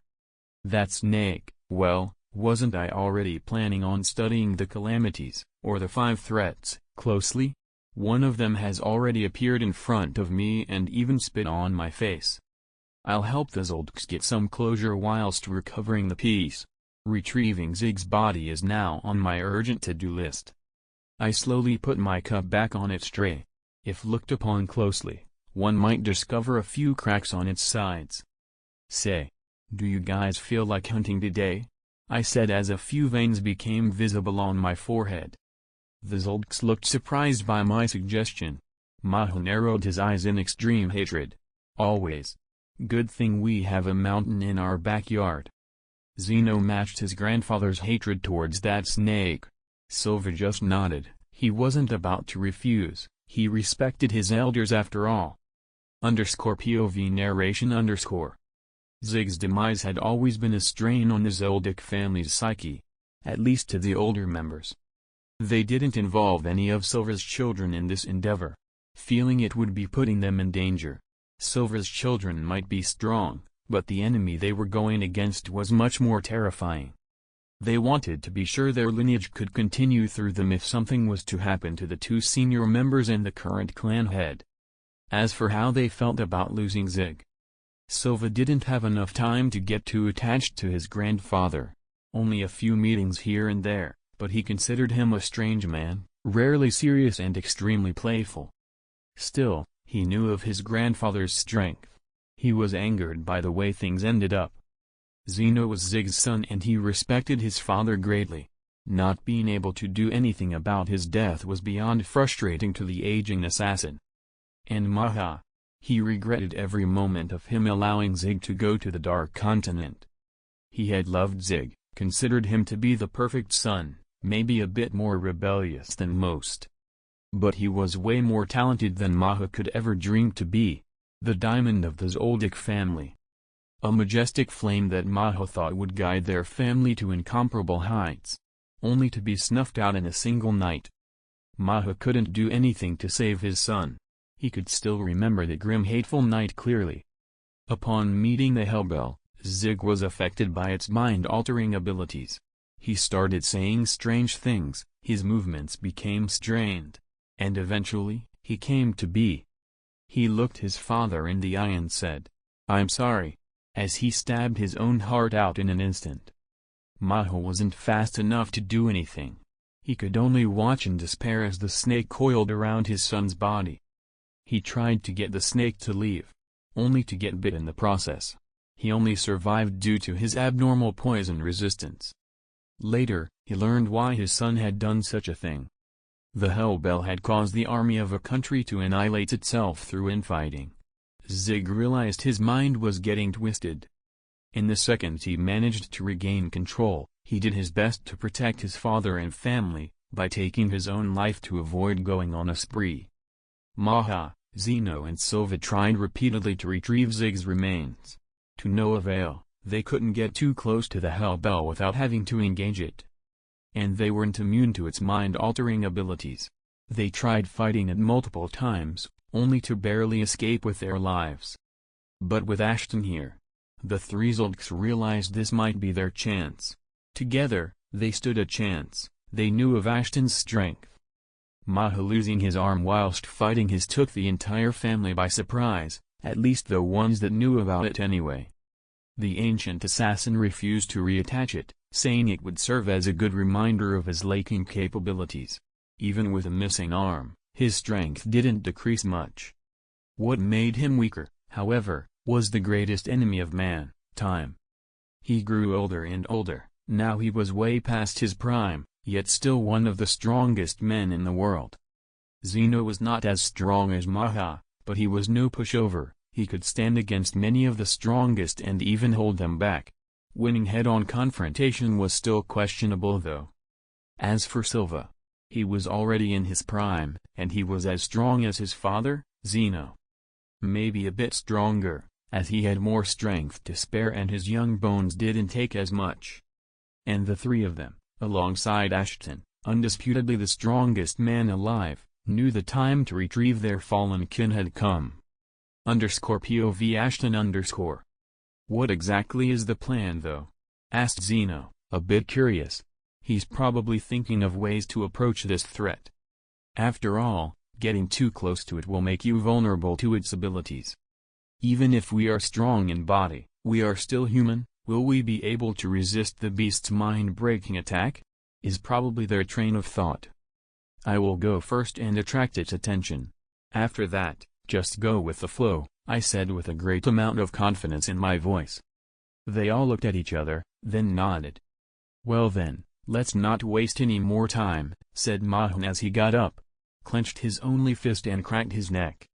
Indeed, Zeno said calmly, the underlying murderous intent behind his tone was really impressive.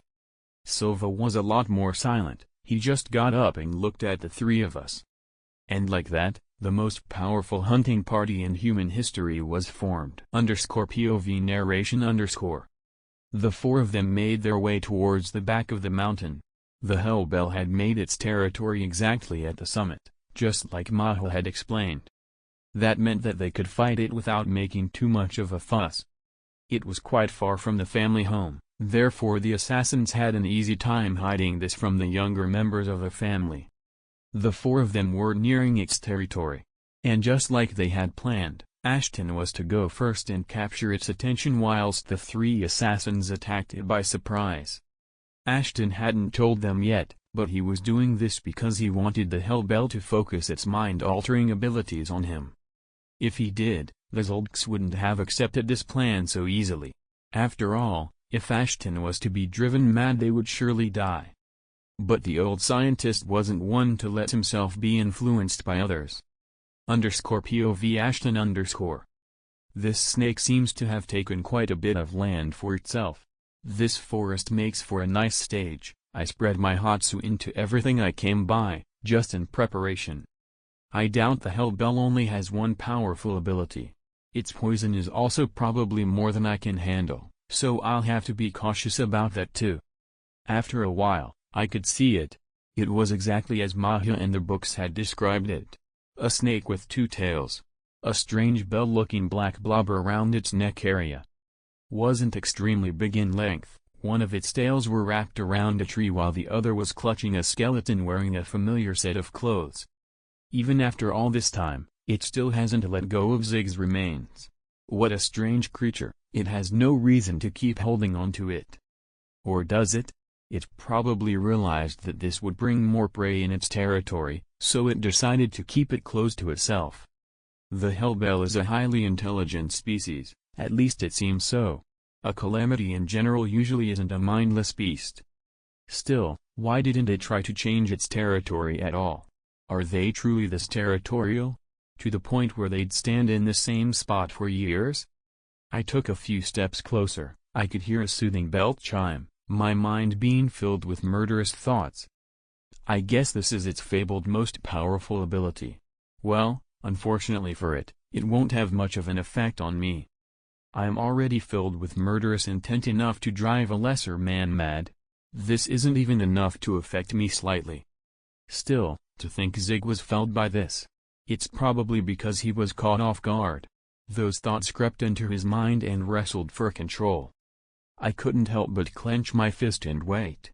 The snake was likely going to come closer and bite me whilst I was in a manic state. I could sense it slithering its way towards me, prepared to sink its teeth into me. Just as it got close, I released an explosion from my body, blasting it away deeper into the forest. The three Zoldyks all waited for it to return before making their move. And it was fast, at least as fast as the king before he fought Netero. I could still dodge it, just barely. Its maw was stretched, trying to take a bite out of me. It leapt with great speed. I rolled to the side. As it was still midair, all three of the Zoldyks took the opportunity. Two of them weren't fast enough to catch it. But Maha was even faster than me. His only hand turned into a claw as it slashed its spell-like appendage in pieces. That probably got rid of its most annoying ability for the Zoldyks. If they were to face it themselves, one of them would certainly be driven mad. That's likely why they couldn't fight the snake themselves. They didn't want to throw more lives at this snake, it had already claimed one of their own. From the smile on Mahu's face, I can bet this feels very satisfying. For me as well, it's quite therapeutic. Getting some closure for Zig's family is a bit more important to me than studying a stupid snake after all. It was about to lash out and try to bite the ancient Zoldyk. I grabbed onto one of its tails, but that proved to be unnecessary. A giant dragon made out of Nen barreled into its side. I let go of its tail as soon as I saw it make contact. It sent the snake crashing against multiple trees. To my side, I could see an angered Zeno. He gave up hiding his emotions, I guess. I could see the veins on his hands, his sleeves were ripped apart. The snake certainly didn't know when to give up. It came back towards us. Maha threw a rock in its path. It completely ignored it. But I didn't realize the rock was just a distraction. As Silva appeared out of the dust the rock had raised and punched it from the side. It was sent flying towards me. I caught one of its tails and swung it around. It seems I miscalculated a bit, as it wasn't as dazed as I thought. Its head swung towards me, its jaw was stretched and its teeth were coated in poison, ready to meet my neck. Just as I was about to use fleeting existence, an arm appeared in its way. Maha had jumped forward to intercept it. I was about to try and save him. But he didn't have the face of a dying man, his rage was palpable.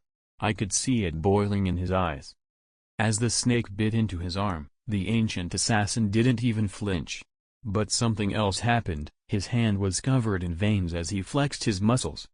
The Hellbell tried to take its teeth out, but the old man's muscles clenched them too tightly.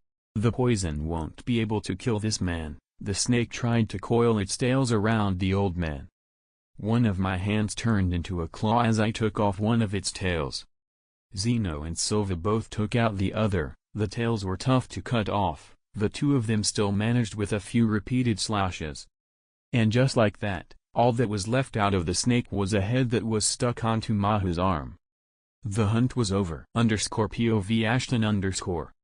Zeno, Silva and I all gathered around Mahan as what remained of the snake kept struggling to get its teeth released from the vice grip Maha's muscles held them in. Its poison might as well not be a factor in this fight. Maha likely trained to a sickening extent to be able to resist it. Of course, out of every human in the world, he must currently be the most resistant to poison. I am still lacking in that department, at least compared to Maha.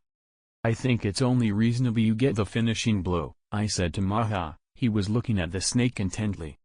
I grabbed its head and forcefully separated its fangs from Maha's arm. He also let his muscles relax in order to ease my endeavor. I held the snake tightly. There was no escaping. Its struggle was fun to watch. Maha eventually took it from me, grasped its head tightly, crushing it into mush. I took no little amount of pleasure looking as the light was snuffed out of its eyes. I will find a different specimen to study on the continent. This one deserved to die by this old man's hand. He finally released a sigh. Zeno still looked at what remained of the snake with hatred. If only it could come back to life so he could kill it again. Silva only looked a bit satisfied. That punch he delivered probably worked off a lot of his stress. Slowly, we all started heading for Zig's body. I already knew that he kept his piece of the key on a string around his neck. He said it made for a sick necklace. What a special idiot.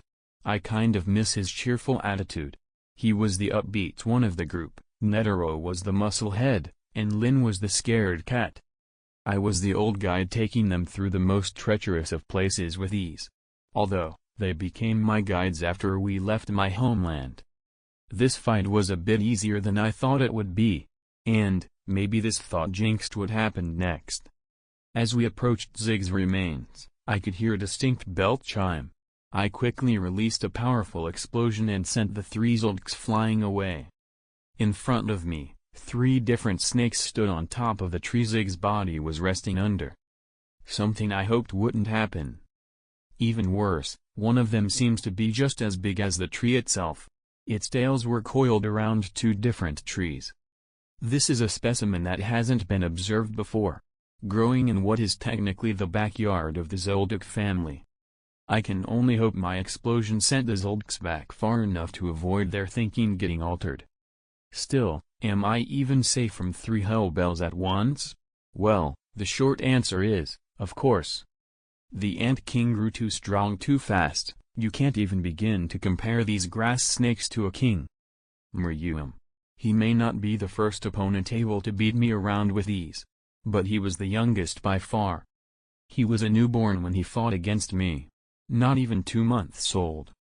This led me to write down a line underneath my last page of research on the ants. They are by far, the species with the most potential for world domination. By that, I meant the Dark Continent included. Now, the 3 snakes in front of me won't be an easy fight. But they are still agreeable odds. It should be noted that I am far from being alone. Above me, hundreds of meters into the sky, a giant, angry-looking Nen dragon was floating around menacingly. On it was the 3 Zoldyk family members. They were looking down at the snakes that had made a nest in their backyard with pure rage. But they knew better than to attack without any opening. I'll need to create one for them. And I have just the perfect thing. Pretending to be charmed won't work on 3 enemies at once, but I have something that just might. It should also be able to take the bell off of one.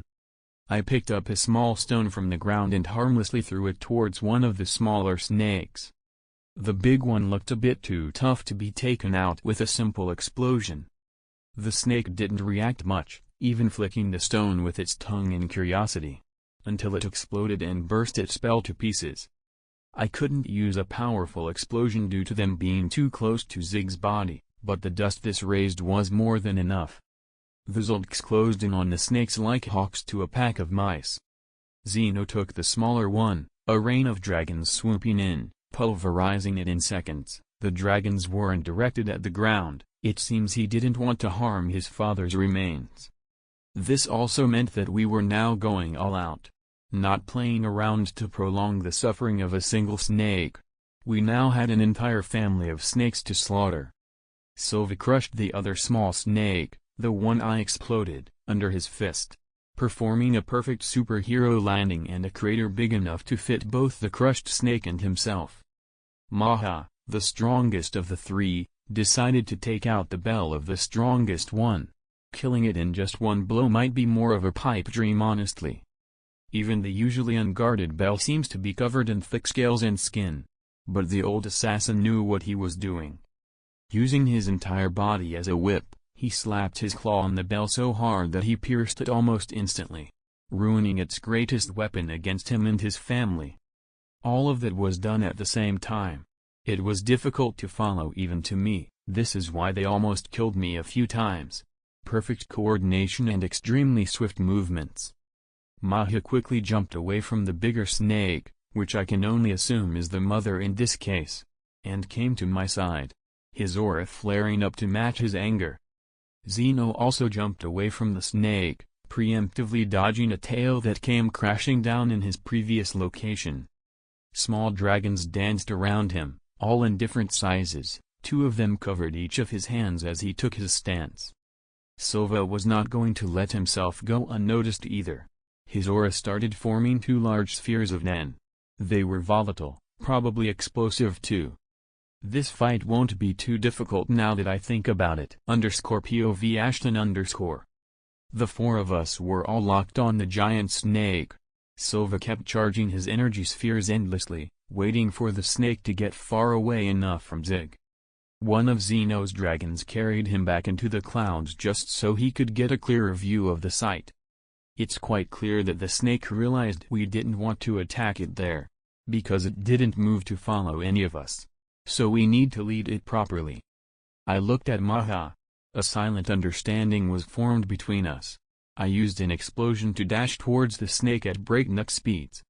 I was fast, but not fast enough it seems. One of its tails came crashing down onto my head. I leaned backwards whilst in midair, releasing a small explosion to break some of its momentum, and I used the rest of it to send myself flying backwards. But as the snake focused on me, Maha threw a knife towards one of its eyes.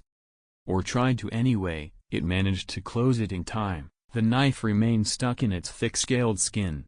We weren't really going to let that discourage us. The tail managed to do some damage to me, but it's really nothing much. Gon could have done more if he hit me properly. While it was distracted, Zeno also took the chance to slash the back of its head a few times. It instantly turned its head and tried to bite into him. I used my strings to pull him away from the snake's open mouth. I had to use N to spread my Nen fast enough to help Zeno. Whilst he was pulled backwards, he released a large dragon that caught a large portion of the snake in its mouth and started dragging it away. It now only had one of its tails around a tree, and it was uprooted instantly. It quickly tried to grasp Zig's body, probably realizing that was the reason for our hesitation. But Maha wasn't really planning on giving him that chance. He immediately grabbed Zig and dodged out of the way. The snake's tail didn't have enough speed due to it being pulled in the opposite direction. After it was pulled a few hundred meters away, the dragon finally crushed it onto the ground. We could all hear a crunch sound as the dragon smashed it into the ground. But it wasn't dead yet. From above, 2 large spheres of aura were quickly descending onto the snake. It instantly tried to escape. But I put my hand on the ground and used another one of my hatsas as my eyes turned scarlet. The earth around it turned pitch black and immediately grasped the snake and held it in place. This is what I called nature resonance, something I could hardly do before becoming a specialist, something that I completely mastered now. A perfect combination of manipulation, specialist, and enhancement. I imbue the earth inside my N range with Nen, strengthen it and control it. The strength relies on the amount of Nen I am willing to spare. This time, I put just enough to trap it for a few seconds this time. By the time it managed to break through, it was already too late. The spheres exploded and razed everything in that part of the forest. At least a few hundreds of meters were completely erased. Silva also landed somewhere near Zeno after they landed. We all looked towards the snake, which wasn't dead yet. It seems that this one is a lot more resistant than I thought. It managed to intercept the spheres with one of its tails whilst the other protected its head. leading to it losing only one tail and half of the other. But the explosion left it dazed. Zeno looked at me pleadingly. I guess I should give this to him, huh? I ran behind him just as he strengthened his body, releasing an explosion and sending him flying towards the stunned snake. He grabbed onto the snake's head with his hand as he came to a stop. His hands were covered in purplish dragons. He used one of them to dig into the snake's eye, passing through its eyelids and into the brain. He looked it in the eyes, extended his middle finger and pierced its head through its eye. Mahu looked on with a large smile stretching on his face, as he held the remains of his son closely to his chest. I couldn't help but grow a smile of my own. It looked both sweet and grim. Sweet because it was a father finally retrieving his son's remains. It is also a grim scene for obvious reasons. But not one of the member of the Zoldyck family seems to be sad. Silva has a large smile on his face whilst Zeno just closed his eyes in contemplation. A bit of a shame we couldn't torture the snakes a bit more. But this one was quite a bit more dangerous than the others. It's better that its life was ended smoothly. Zeno looked at the snake's corpse, taking his hand out of its brain and looking at it with satisfaction. Well then. Let us head back for now, I said, breaking the Zoldycks out of their spells. Silva and Zeno both nodded. I think I will keep one of the bodies of the snakes too. I ripped open space and took the least destroyed one, the one that Silva killed. They didn't object at all. I think they don't care much about the bodies of the snakes. Mahu also slowly got up, not letting go of his son's remains yet. He put them over his shoulder. Ashton. Here you go. He threw me the piece he likely took from Zig's neck. Thank you, old man. Now, I think some celebration is in order. And a proper burial too, I said with a warm tone. No. Thank you. This wouldn't have been possible without you. Mahu looked at the dead snakes. I don't have all that much time left. I was afraid I wouldn't get to see my son again. At least now I can rest in peace, he said with a tired smile on his face. I guess he is even older than Netero. Even if he retained more of his strength over the years, old age will still catch up to him. He has a year or two left, at most. I don't need any thanks, old man. I did what I had to. Zig was like family to me. He didn't look surprised by my claim. I didn't want to accept his disappearance at first. You suffered this long due to my denial, I said whilst shaking my head. Well, no reason to dwell on past mistakes for too long. I think the other family members also noticed the fight, Mahu said, not losing his smile. Yeah, they definitely did. It wasn't exactly a quiet confrontation. Now Silva has some explaining to do. I can't wait to see him pull that off. _p.o.v. Ashton_. And just like that, I managed to gather every single circlet. In retrospect, our fight with the Hellbell was only possible because I could resist their mind-altering prowess. I could also provide for a perfect distraction to allow the Zoldycks to destroy their bells. That was the main strategy that leads us to this point. Without the Hellbell's special ability, the Zoldycks could have taken care of this without me. Although, not without casualties. Zeno did almost get bitten, and his resistance isn't as good as Mahu's. Mahu probably stood up many nights trying to figure out the perfect way to actually kill those things. After all, the grudge of the world's greatest assassin isn't really something to joke about. I think I might be the only thing in Lake Mobius that Mahu can't actually kill. Bar the calamities obviously. Those aren't really fair competition for humanity.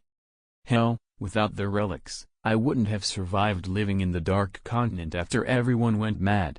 Well, maybe I would have, but it wouldn't have been easy. With the relics, I could basically walk around like I owned the place. Well, minus a few really dangerous spots, where either the vegetation or the wildlife were too unreasonably strong. Because plants obviously could kill you in my homeland.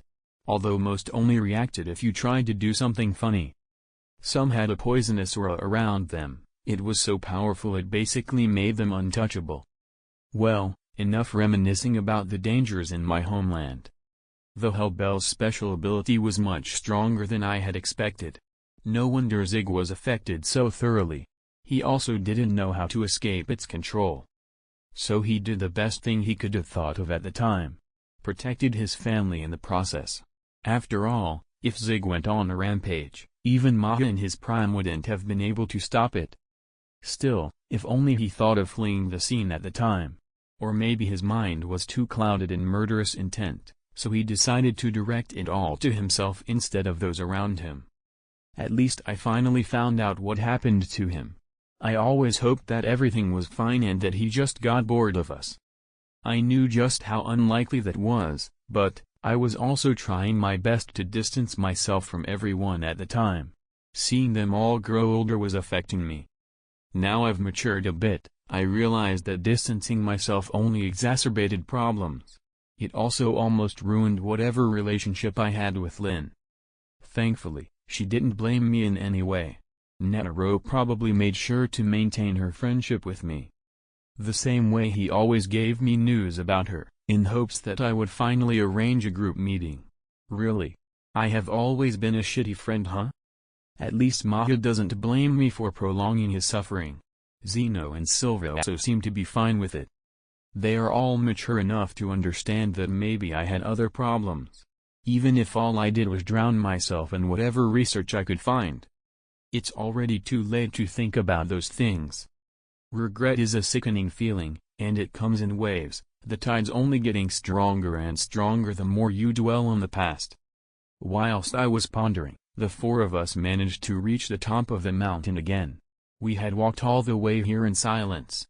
Each with our own thoughts, either mourning the dead or sighing in relief at finally finding closure. When we entered our previous meeting room, 4 people were standing there, looking like they were preparing for something serious. I could obviously recognize all of them. The cross-dressing child, Kalito. The weird hospital security guard, Illumi. The lady of the house, I don't really know her name though. Oh, and Maluki, the fatty with the strange doll. He seems to be properly dressed this time though. And he looks even fatter with a shirt on. Kalito must have decided to visit his home for a bit. I don't know much about Illumi's deal though. I guess he's just here now? How come neither of them was here earlier? Did they just arrive together?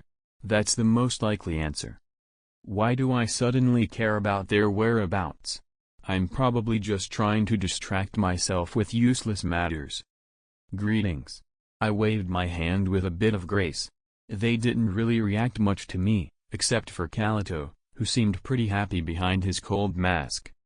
I think they are all a bit more curious about their ancestor carrying a skeleton with him. Oh, and the fact that 2 of us have some sort of injury. Maha's is the most obvious. Although his bleeding stopped long ago, it's quite clear that he got bit by a snake.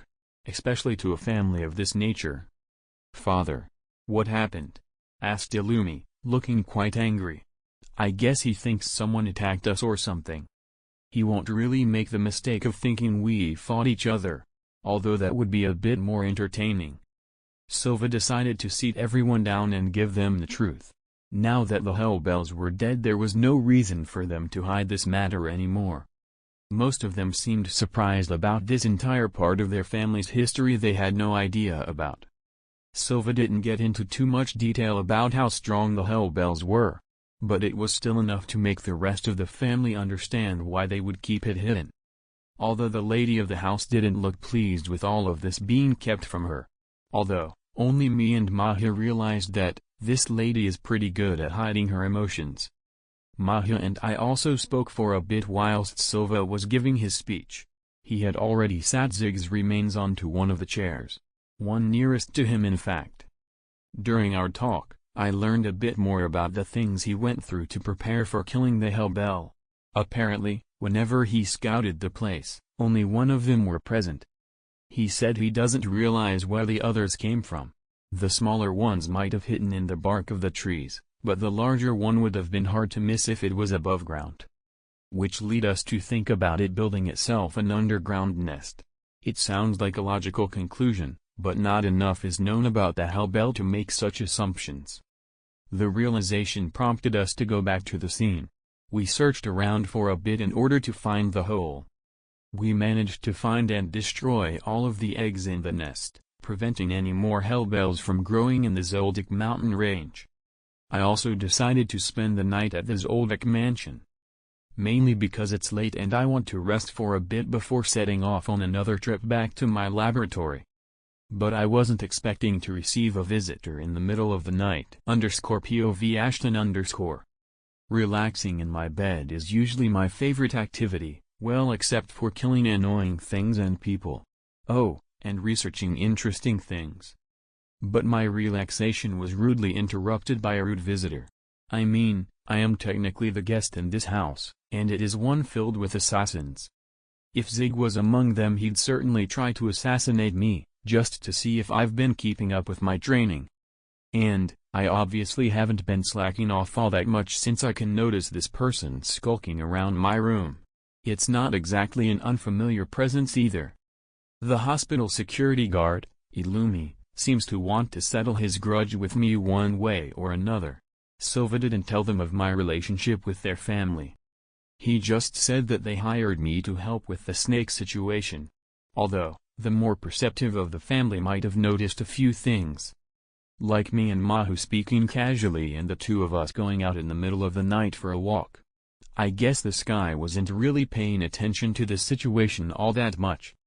The nest of the hellbell only had 3 eggs inside of it anyway, which leads me to believe that they aren't fast in their reproduction. After all, it's been a few decades of them living here, and there were only 3 of them, excluding the mother of course.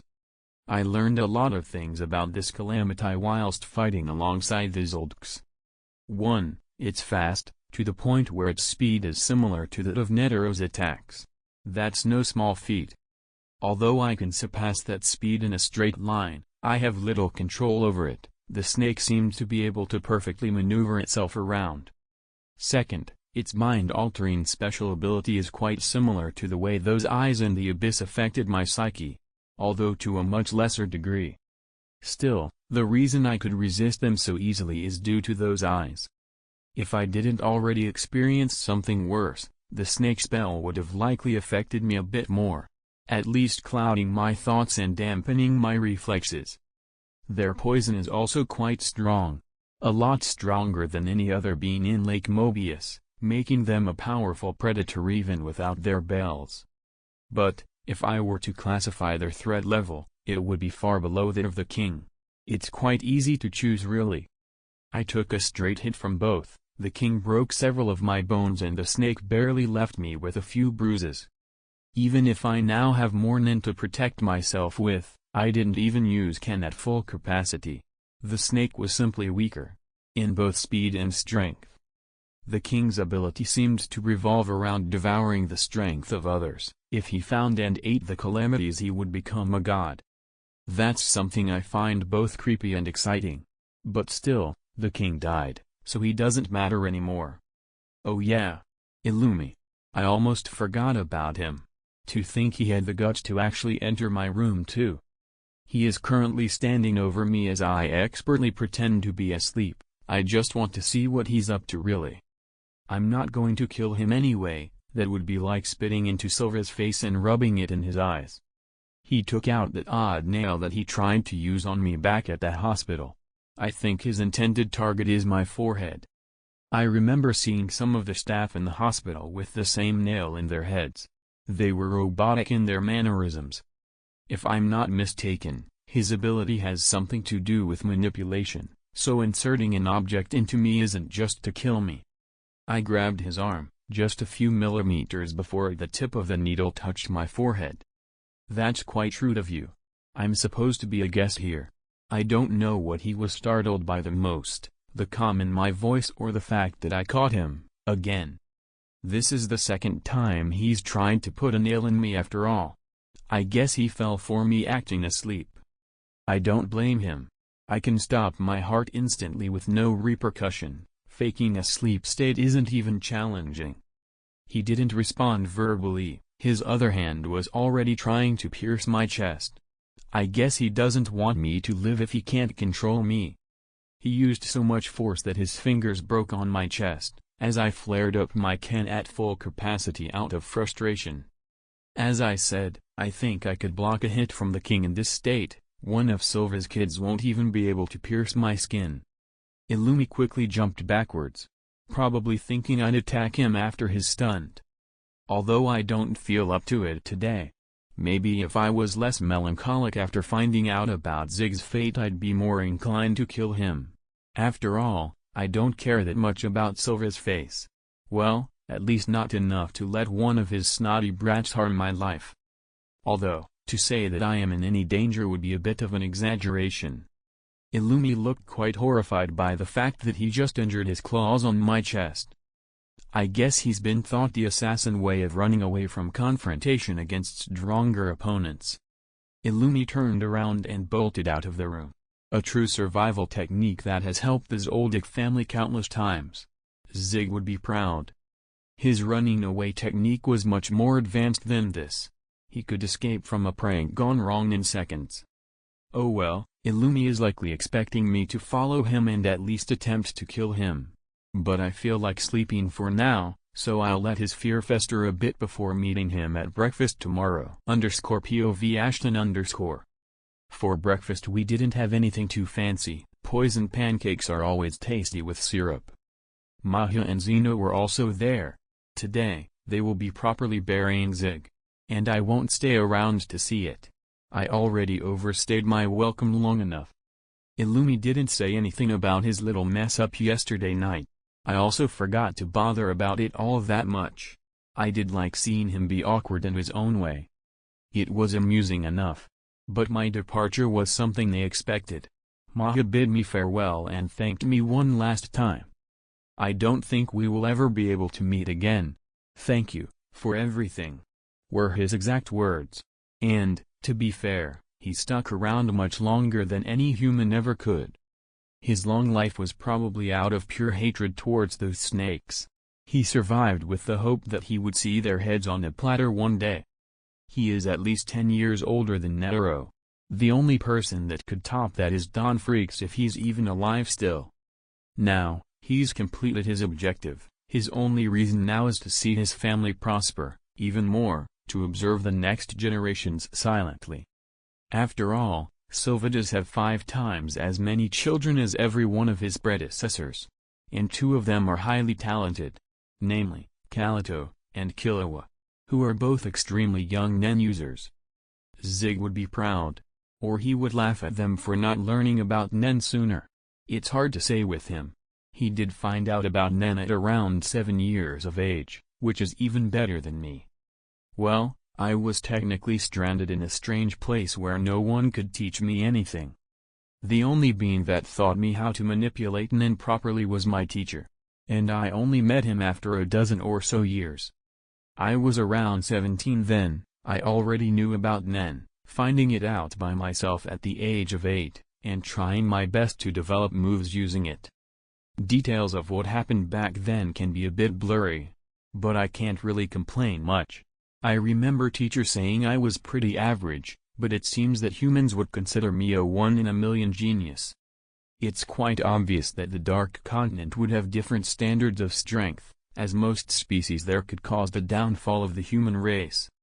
When I eventually reached my laboratory, I dragged the huge chest out of my void space, slowly piecing the key together with the pieces I had collected. I didn't want to rush the process too much. I won't be jumping straight into the continent after opening it anyway. After half an hour of slowly fiddling with the lock, I managed to get it open.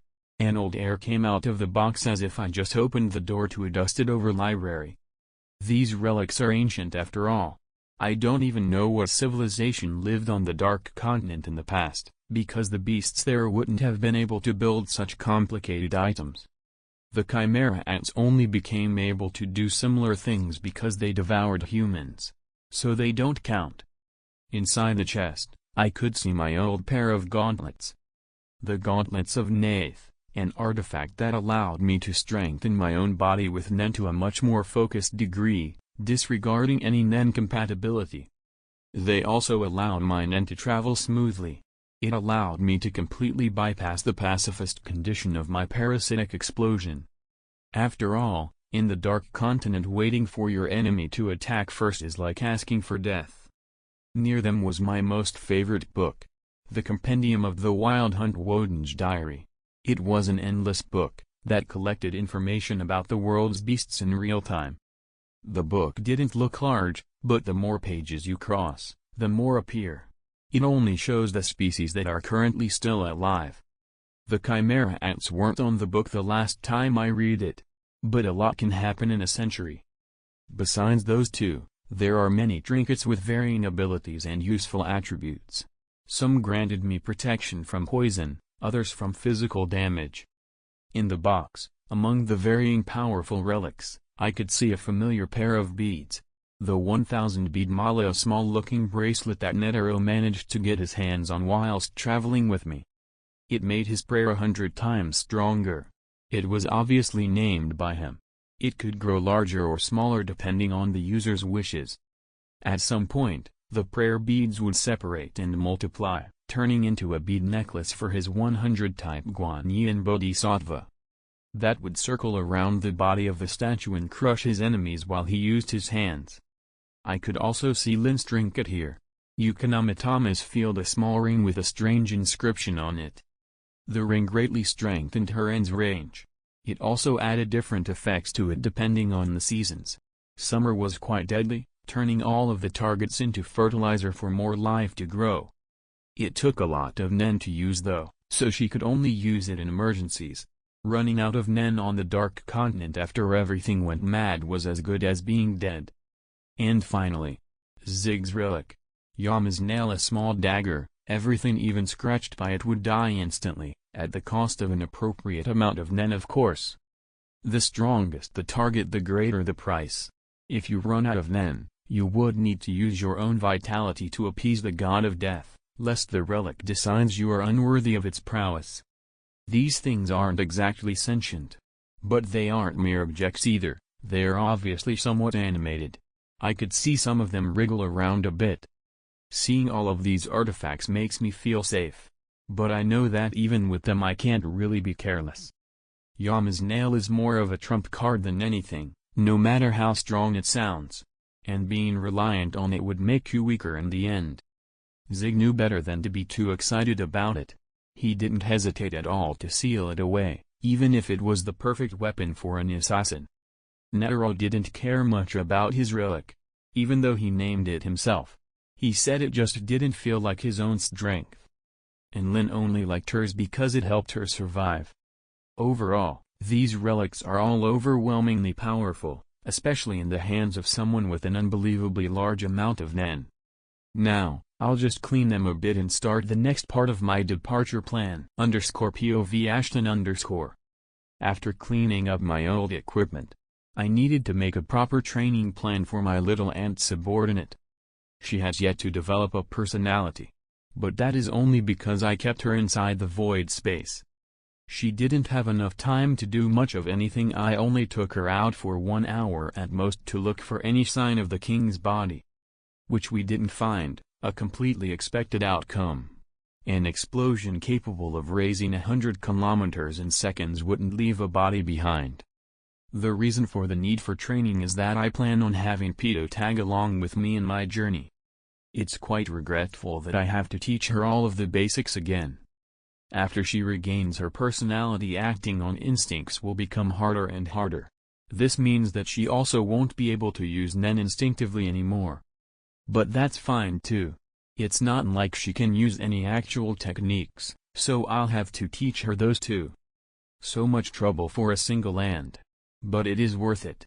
In a year or two, she will be a force to be reckoned with. And her loyalty to me will forever remain unshakable. Well, in theory anyway. I've never done this before. My mind-breaking ability is something I developed to manipulate others and torture more colorful individuals. Her loyalty to me is undeniable now. But when she eventually reforms her personality, she might not listen to me as willingly. I need to take precautions, make Pedo completely dependent on me yet capable enough to do things of her own volition. It's a difficult task, but not impossible. I can act like her parent, she will listen to me unconditionally. Well, at least that's the plan. I won't underestimate this task though. Manipulation to such an extent is never a permanent fix. I need to make her get emotionally attached to me. To the point that even when she eventually realizes she's being manipulated, she won't turn her back on me or betray me. And she will eventually realize, she's always been intelligent. Had it not been for their king, she probably would have gone in hiding with her brothers. Although, me finding them that quickly was certainly a surprise to her, judging by her face when she saw me on Zeno's dragon. Still, the fact that she is a quick learner is just as valid as before, although her talent won't show itself until she becomes more sentient. I took her out of the void space and let her observe her new surroundings. She was taking the image of my well-lit laboratory with empty eyes. Now, it's time to do stage 1 of her development. This one also happens to be the most important, laying a subconscious foundation. That is talking to her, without giving any orders, just trivial things that will make her subconsciously think that I am someone close to her. Right now she is almost like a lost puppy, incapable of thinking for herself. But you see, dogs are very loyal once tamed.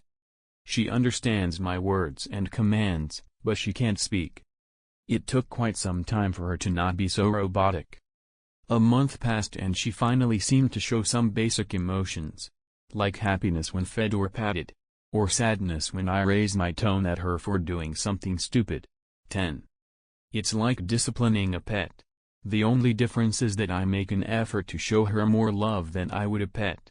Just she can remember me as a positive influence on her state of mind. Punishments are few and far between. I also feed her a lot of exotic foods, expensive ingredients from all around the human world. The governments funding me are always on my case about strange purchases and weird ways of spending the budget. But I have complete freedom on my spending, no matter how many people they send to argue with me. If a government has had enough, they can just stop funding my research.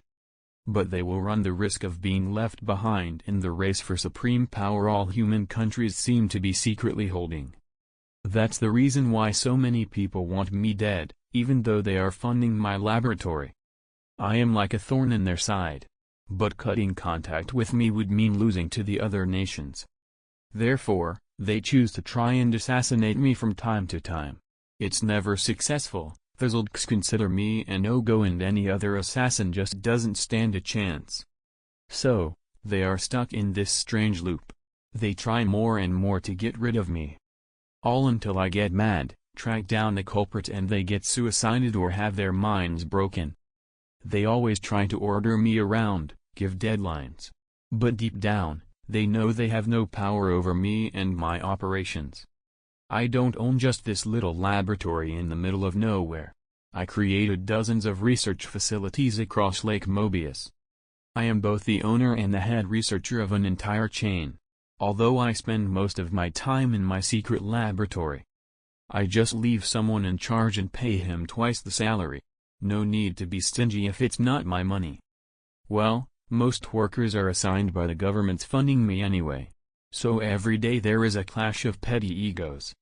For a coalition of the smartest humans alive, they sure act like fussy children very often. Well, it's not like they are old or anything, most of them are between 20 and 50. Well, I guess some may be called old by normal standards. Hey, thinking about age reminds me of the fact that I am also investigated every few years. The greedy pigs are curious about my immortal body. But those weaklings wouldn't be able to live as long as me anyway. Well, I think it's time I visit the Hunter Association. I need to talk to Cheetah about my solo expedition. I need some stuff from her too. _p.o.v. Ashton_. Before leaving I obviously kindly asked Pito to enter my void space. Letting her develop a bit on her own might hasten the training process, but it will also not make her as reliant on me as I want her to be. So in the timeless storage space, she goes. Now, I'm already in front of the association. I think it's high time to properly greet the new chairman. The Zodiacs should also be present. I wonder how they're holding up. As if. I don't really care much about them, but some of them were interesting enough. Cheetah is the one who won. Although the circumstances were a bit unusual. I somewhat wonder what that Muppet Pariston was planning. I don't really know enough about their situation to realize that, but I think a few more minutes spent talking to him would be quite productive in finding out his deal. If only I was genuinely interested. I entered the reception and waited to be called in. I didn't want to barge in rudely, but after standing around for over 5 minutes I decided to just enter. Some people looked at me weirdly, but no one had the gall to actually stop me. I guess my little speech gave quite the impression to many hunters.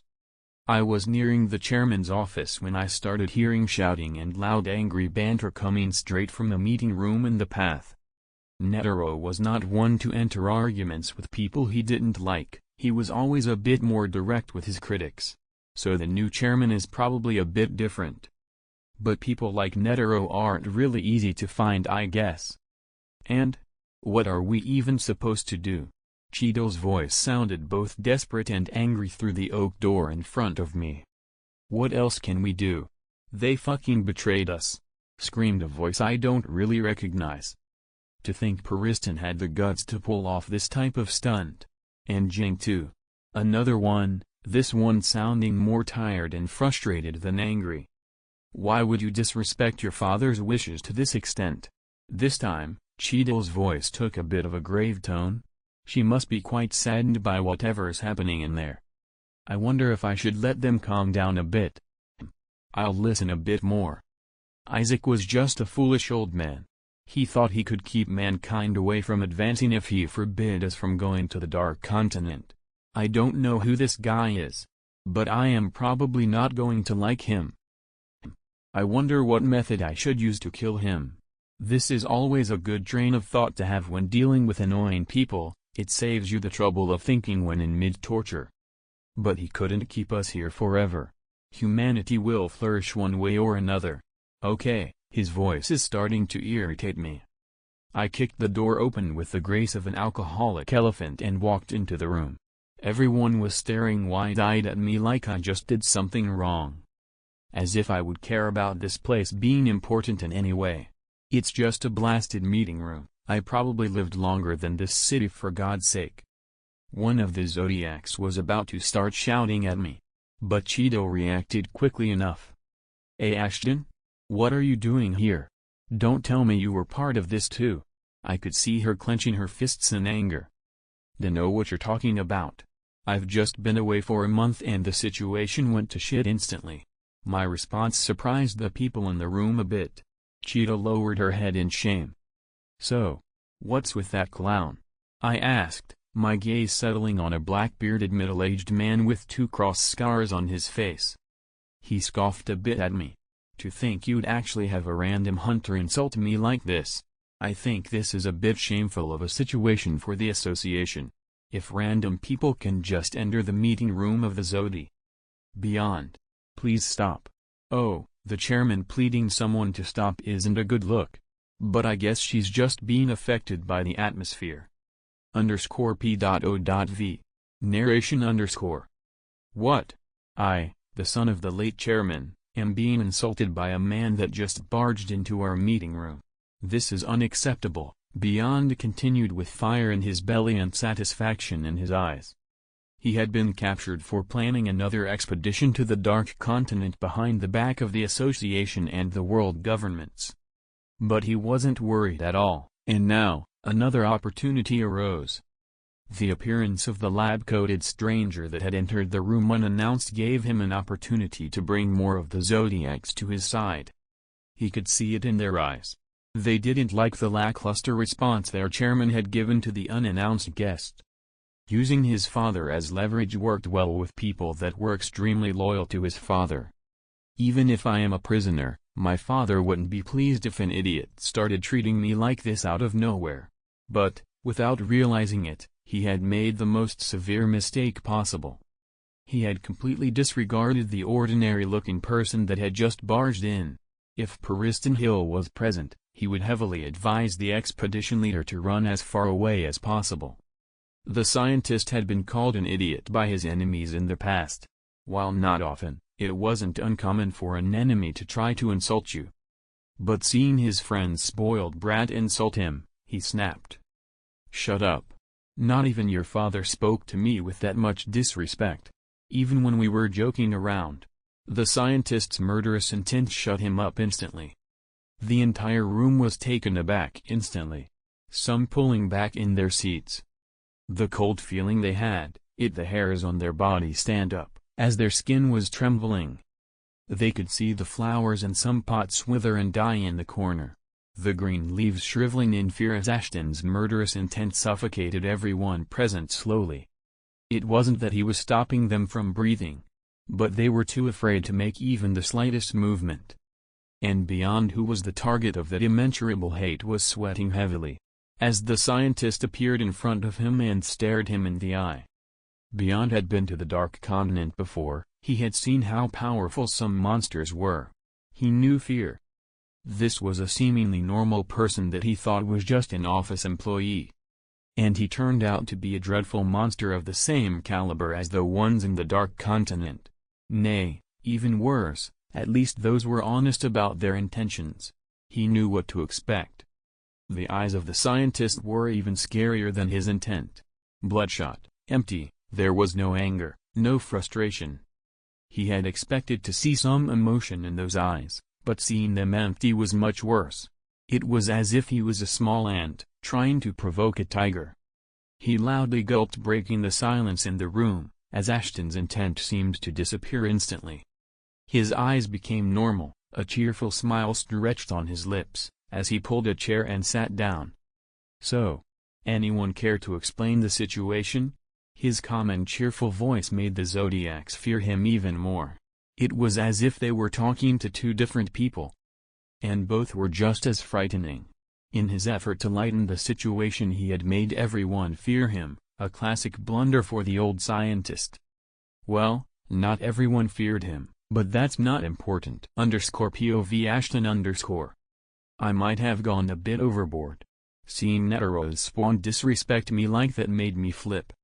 But the people in the room seem to understand my predicament.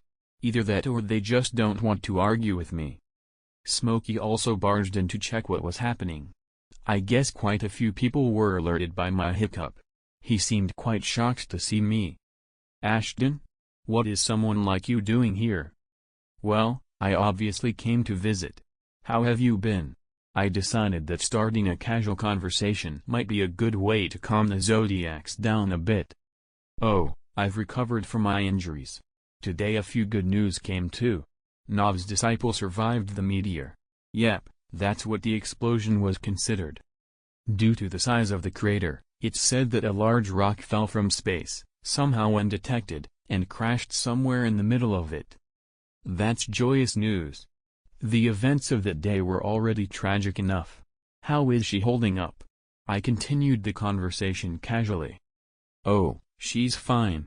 She only survived because she was carrying an injured girl away from the palace. Since all the royal guards were disposed of, we were just cleaning up the scraps anyway. Smokey was quite depressed over this matter. I guess his disciples both died in the incident.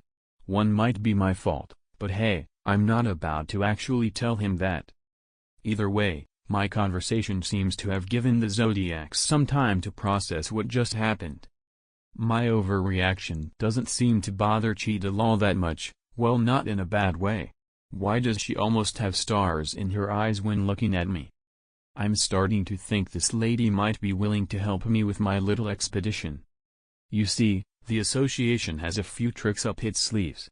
For one, I need an alibi. The government's funding me will give up on me if they learn that I went on a suicide mission, and that would make me lose my cash cow.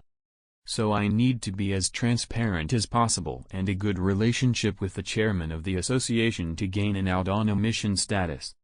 The chairman may need to respond to the V5, which is the alliance of the stronger governments. But the chairman doesn't need to mention every single detail of a mission. At least Netero never even bothered to do something like that. They are bound to insist when it comes to my whereabouts. They are already mad enough that the location of my laboratory is unknown. Simply saying that I am researching something won't work either. They won't be able to contact me on the continent, and I usually respond to their calls, if only to laugh at them crying about budgets. Of course, My phone number is not traceable. At least on paper, but I do pick my phone apart regularly to prevent any spyware from appearing on it. There is also something else in their possession. That is the information on the last expedition. It's not exactly public, and getting it from the V5 would be hard considering my relationship with them. And showing curiosity in the dark continent would defeat the purpose of the alibi. Even those pigs aren't that stupid. Overall, I need a cover and information, which is something the association can provide. Still, from their story, I gathered quite a few things. 2 of the Zodiac were undercover and looking to recruit people for a secret expedition.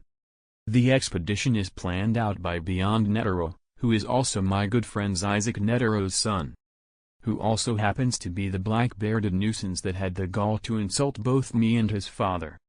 He's very lucky. Most people would be dead by now. But he gets a pass at life for being of Netero's blood. The plan was not overly complicated.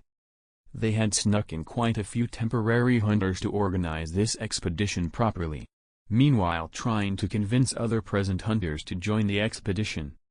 Meaning no one at this table can be trusted, with a few exceptions, like the chairman, who would have to be the best actor around to fake those emotions. There is also the large man in traditional clothing and white ponytails. I think I called him Dragon Ponytails at the election. He seems a wee bit too old to do something so stupid. He also looks positively pissed off at the situation.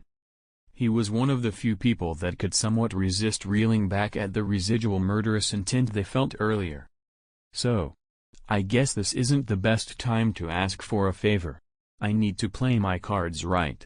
Be as transparent as possible. Lying won't be a good choice. I'll lose all of their trust if they find the truth eventually. And that would completely undo all of my effort to raise their opinion of me.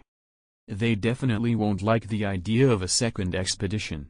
I need to sugarcoat it properly before spoon-feeding it to them. Cheeto perked up at my disappointed tone. Did something happen, Ashton? She seemed curious, even a bit concerned. I released a tired sigh, which isn't really difficult to pull off considering how full the last few months have been. Constant planning and fighting, and to think it all started with me visiting a nest of ants. Oh well, it could have been much worse. Netero decided to kill himself. The king turned out to be a bit too much for me to handle. I learned of Zig's fate. It's vexing how much has happened in such a short time. I've spent most of my life uneventfully.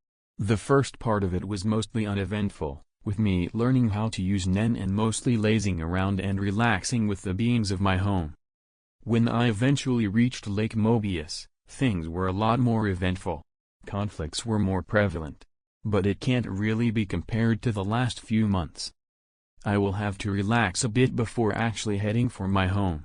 I'll use that to spend more time with Peto, further training her and befriending her. Well, I also have been planning to head for the Dark Continent for a bit. Cheeto's eyes widened in shock. I could see a hint of a smile on Beyond's face. _POV Ashton_. Being direct will have both advantages and disadvantages.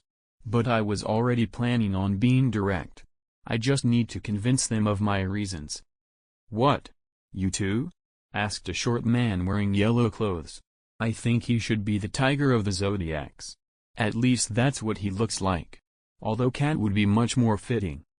He was almost growling at me. The others were also looking at me with hostility. Cheeto just looked shocked. Her ears were a bit lower than usual. How many betraying scum do we have among the association? The angry ponytail dragon was really not taking this well. But I'll let them get a bit mad, just so their regret over the misunderstanding will make them more likely to agree on helping me. Wait. Please explain. What is your plan exactly? Asked the chairman, silencing any further incensed shout. Well, I was hoping she wouldn't try to defuse the situation so early. But this also works. Just as I was about to speak, Beyond helps me by furthering the misunderstanding of the Zodiacs with one of his own. Ha! Obviously, he is a hunter that thinks for the future of the human race.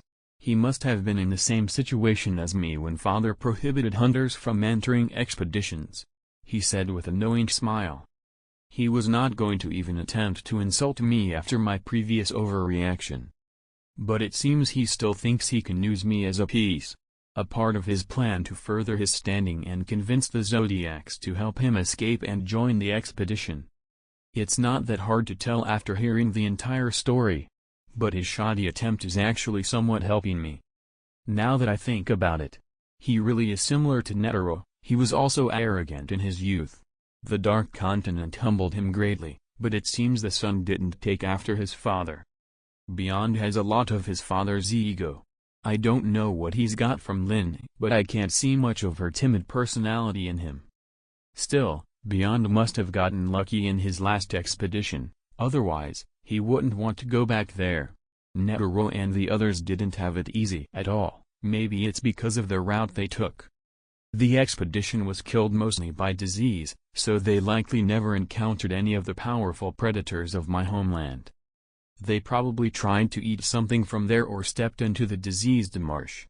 I don't think I ever got sick during my stay there, but I am a bit more sturdy than a regular human. I wonder when he'll stop rambling about the fate of humanity and the advancements we could make if we organized expeditions more regularly. He's somehow implying that any expedition until now was even remotely successful.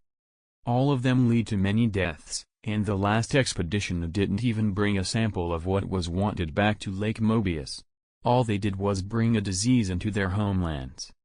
One that, thankfully for them, didn't get to spread around too much. I think it got contained properly, that's all I know from what Netero told me. I didn't inquire as much back then. Now I'll have to find out more. Smokey also decided to interfere with his own words. Why don't we all shut up and listen to what Ashton has to say? I guess out of everyone here, he should have the best idea of what my relationship with Netero was.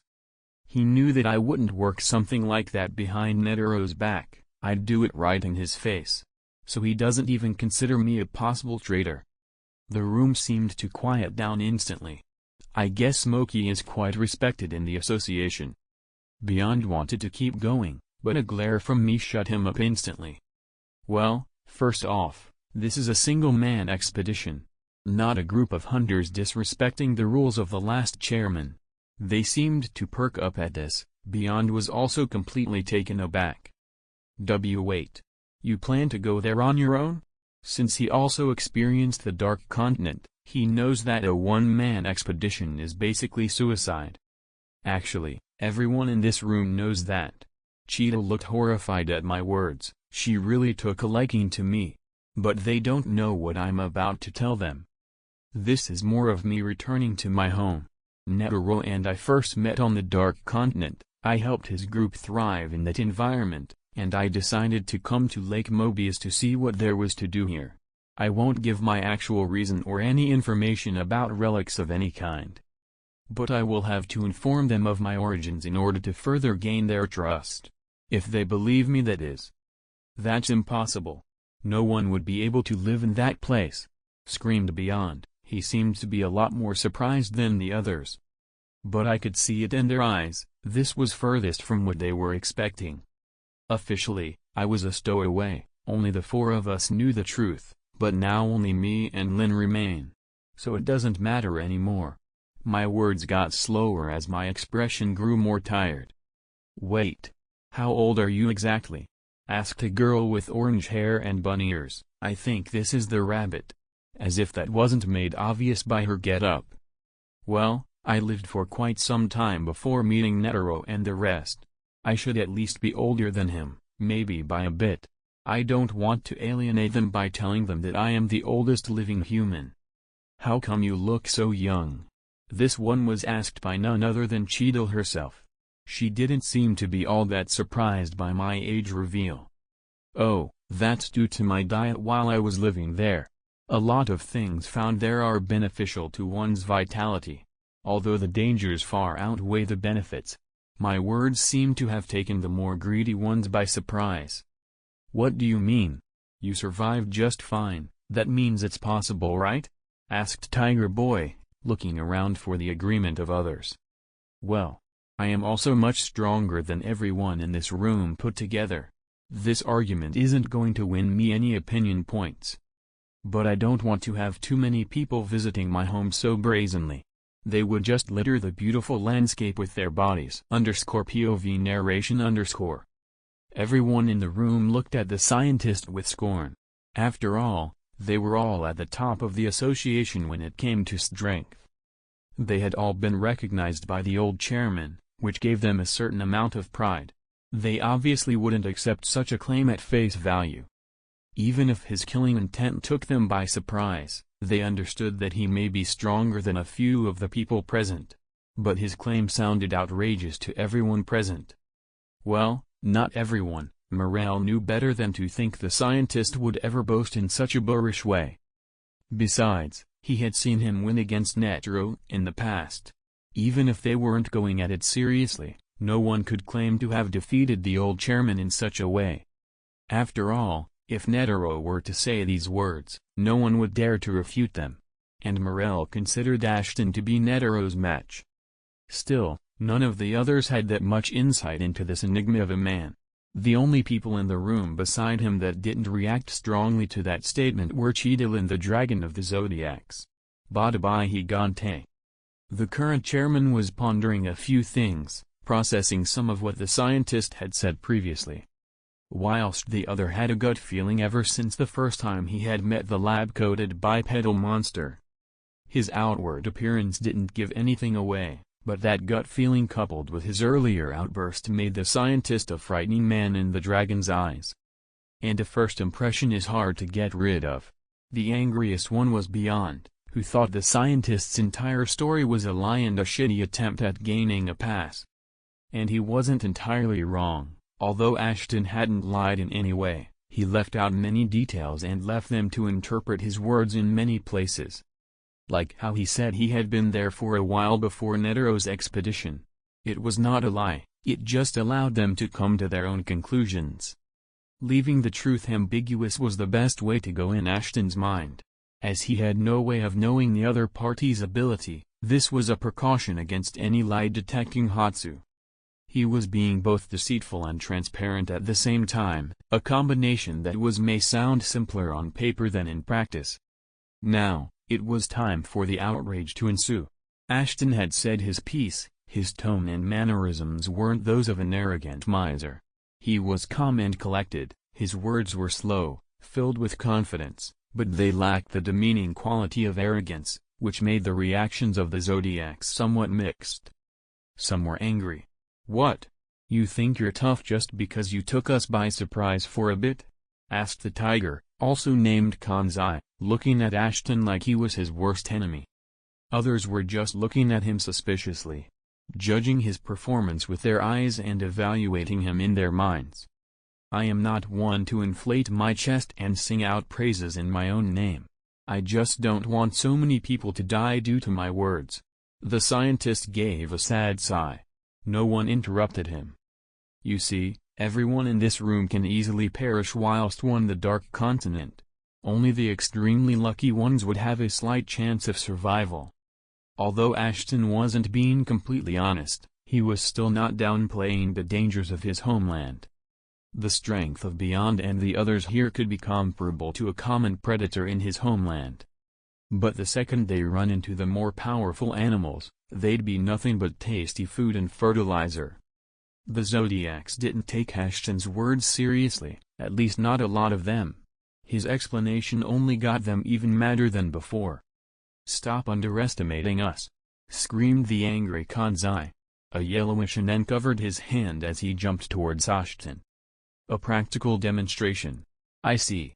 Ashton almost couldn't help the devious smile threatening to show itself on his face. But his fun was soon ended, as a frightened Morel slammed his smoking pipe into the Kanzai's face. The powerful hit sent him flying in the complete opposite direction from the scientist. Ashton could easily spot the cold sweat on Morel's back.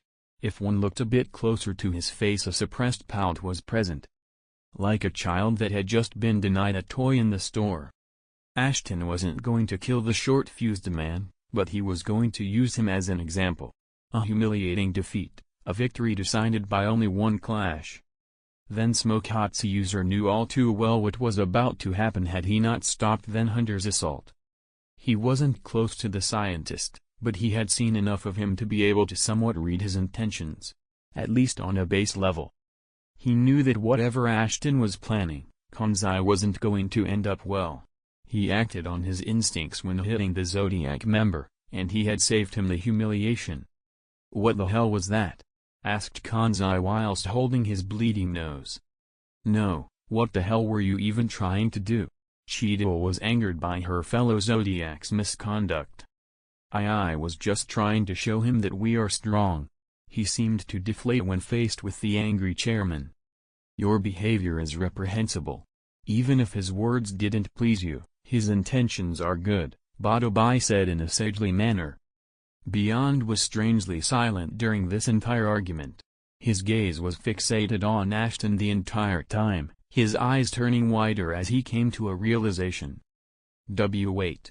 Father told me about you." His strange outburst seemed to silence the argument the Zodiacs were having, as Ashton tilted his head at the restrained man. "He said that I would eventually meet my uncle. Always wears a suit and lab coat, his appearance never changes over the years. But he said you were supposed to look in your 20s.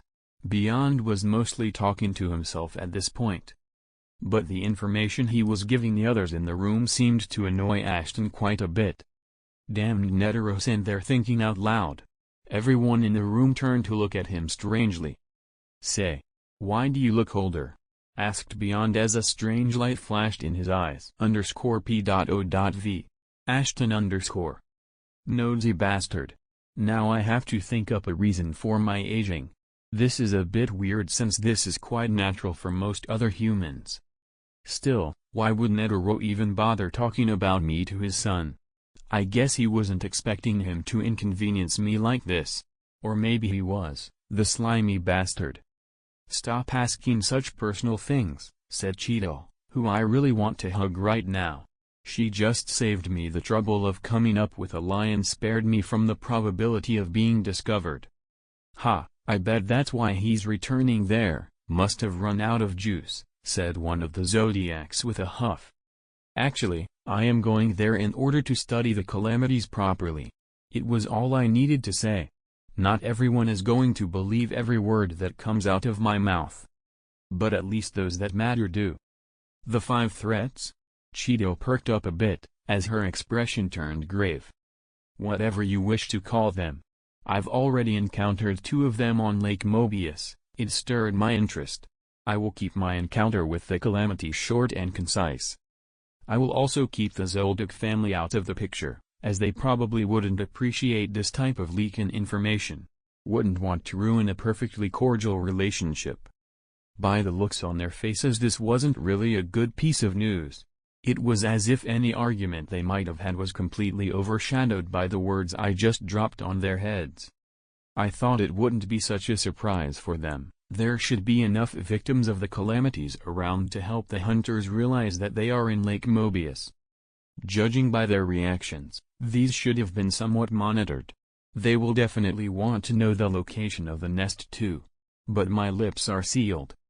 I ran into and exterminated a nest of hellbells and also found an eye, the codependence of desire, I said as I beckoned Smokey to make me some tea. I think this will take a while before I will leave this meeting room. Their interrogation of Beyond is all but forgotten at this point. But I still need their help with covering my tracks, so I will have to bear with this major waste of time. Before you ask, I cannot disclose the locations of any of the 2 threats I met. Client confidentiality. But I can assure you that both threats have been dealt with. Not really a lie, I isn't even a threat. It took a bit for them to process this information, as Smokey brought me my tea. He's always been composed in stressful situations. A decent lad, also classy. I just sipped on my tea and watched the Zodiacs debate some stuff. I ignored any questions directed my way, but they knew better than to insist on the matter. Cheetle eventually looked at me and sighed. "We will help you. But you need to join the already existing expedition," she said with strength in her eyes. I guess she won't take no for an answer. Wasn't it cancelled because it was planned out by traitors or something? I probably won't be able to whistle my way out of this. But trying never hurt anybody, I think. The V5 has ordered the Hunter Association to take part in this expedition. We have little choice at this point. It's all because Beyond had this planned for decades. We had no time to react, she said while looking down. I can agree to embark on the journey with you. But my name has to be kept out of this. The V5 are already annoying enough. That's why I am here, to get an alibi. I took a short pause and judged their expressions. They seemed to be receiving this information quite well. Confusion is fine. My name holds a lot of weight. If I just disappeared out of nowhere, people would start asking questions.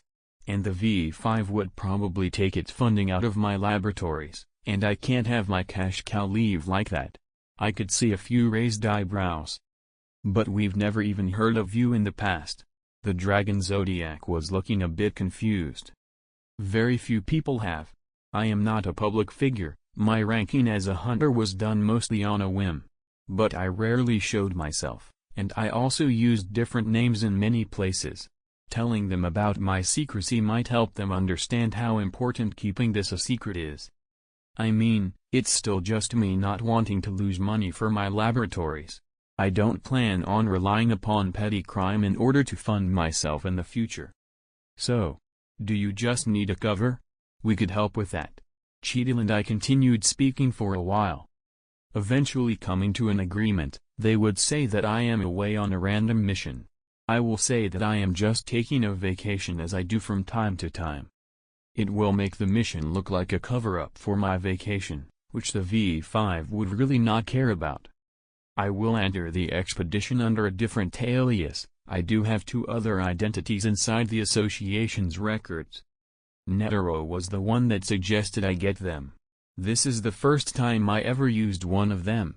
I am to board the ship with the other normal hunters after a month, or something like that.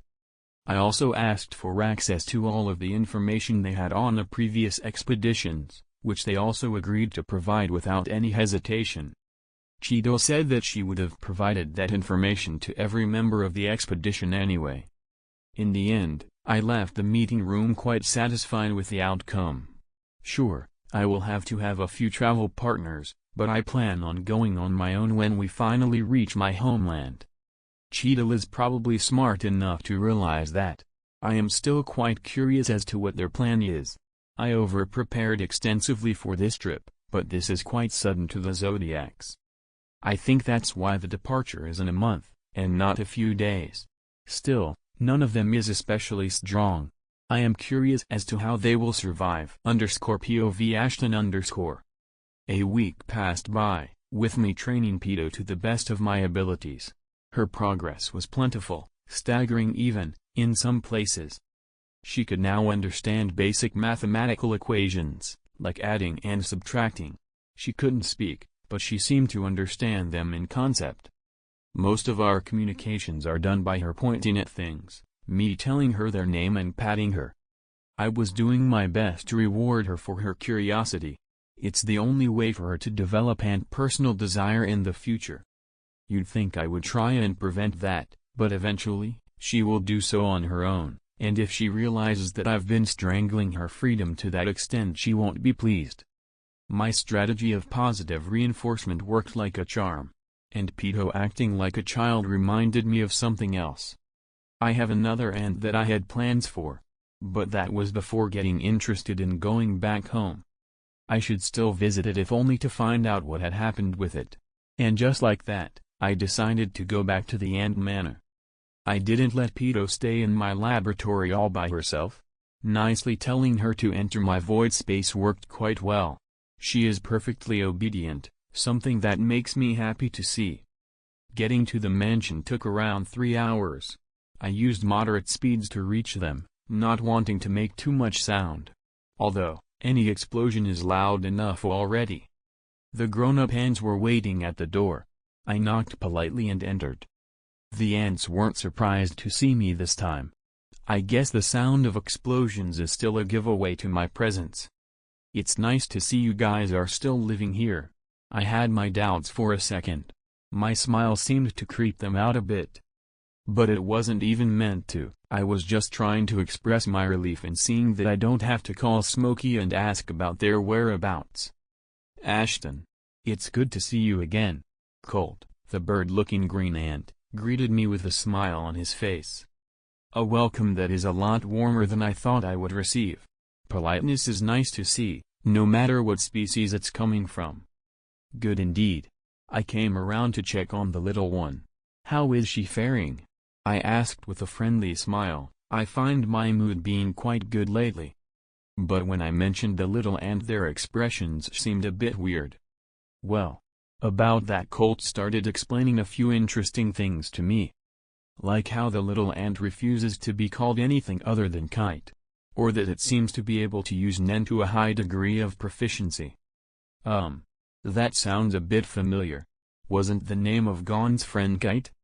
Oh. Well then, I guess he was reborn into an ant. And that is something quite interesting. Chimera ants do have a lot of unknown variables about their birth. It's why I took the body of the queen with me.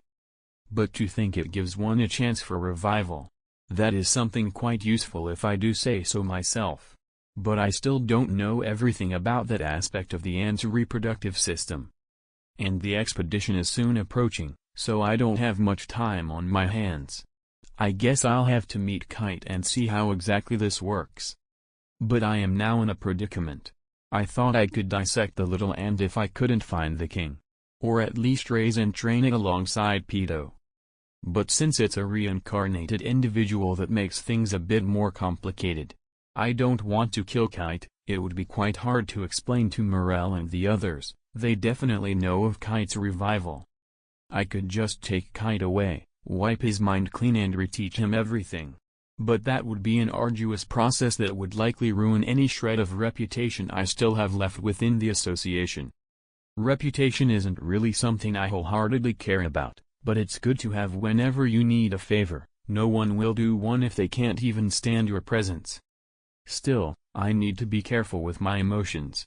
My lack of skills in social situations seems to show itself quite often lately. Failing to keep my composure, joking around and scaring people.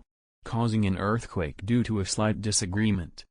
It seems that I have quite a few things to work on besides my strength. But, strength comes first. Such a thought strays far away from the person I used to be. The first half of my life was an extremely peaceful period. I did not need to learn how to fight, only the last 2 or 3 centuries have been filled with conflict. The times when I could just laze around and stare at the sky is long behind me. I blame humanity in general for the aggression my family started showing to me. But were they really at fault? Were the expeditions actually to blame for my misfortune? I wasn't curious enough to find out back then. I just pinned it all on a single aspect. I needed a target for all of my rage, and humanity just happened to show up. I made a rash and irrational decision that brought me around in a full circle. As of now, I plan to head back to where it all began. The wheel of fate spins rapidly. If I refuse to look into my homeland properly, I have no doubt this wheel will eventually fall down and crush me. But, for now, I need to check out how Kite is faring. I doubt he will be all that pleased to see me, but I am still curious, and the only person that can say that curiosity right now is Kite. So, will you guys take me to Kite? I asked the ants that were still gathered around me. _POV Ashton_. I stood in front of a young ant with long red hair wearing mostly leather clothes. Its large purple eyes were looking at me questioningly. So, what do you want? Straight to the point, hey. I guess Kite is a straightforward person. Well, I am quite curious about how exactly you retained your life. However, I am well aware our relationship is nowhere near good enough for you to disclose such information. I don't know how much I will be able to learn from this conversation, but I can only hope that Kite doesn't hold a grudge for the fact that I left him for dead. I don't fear any type of retaliation, I just want to know exactly how he managed to bring himself back to life, or how he was brought back. Without any information from him, I'd have to do a guessing game until I get the right answers. And that is very irritating. You are right to assume that I won't tell you everything. However, some pieces of information can be bought. Great, at least I won't have to leave empty-handed. Negotiation means that I still can get the information I want, I just need to present something that attracts Kite. But what would that be? I need a book, every detail possible, everything you can find out about chimera ants and their reproduction. I want to know more as well. I will tell you most of what I know. His cold expression and tone really accommodate the situation. It seems that most of the people in this house have recovered some of their memories from their past lives, even if only snippets. So, it seems that a chimera ant is a lot more interesting than I first thought. Kite regained his memories after a few minutes of being taken out of the queen's torso. He said that he can't remember anything in between. It felt a lot like he just woke up as a baby ant at some point. But the most important part, and what seems to be the common point with everyone that has recovered memories, they all had a strong desire to keep on living, one way or another. That desire gave birth to determination, and the line becomes blurry from there. Is every determined individual that turns into an ant going to recover their memories at some point? Or is it purely coincidental? Kite seems more curious as to how his body was formed exactly. Modern doctors can't really answer his questions without speculating a lot, and he doesn't seem too keen on being dissected alive. So he decided to strike a deal with me instead of just turning me away. In a way, this is him showing me trust. But he's likely not being truthful in everything he said. Or at least left some things out. After all, from what he explained, regaining your memories at birth is highly unusual, at least going by already observed individuals.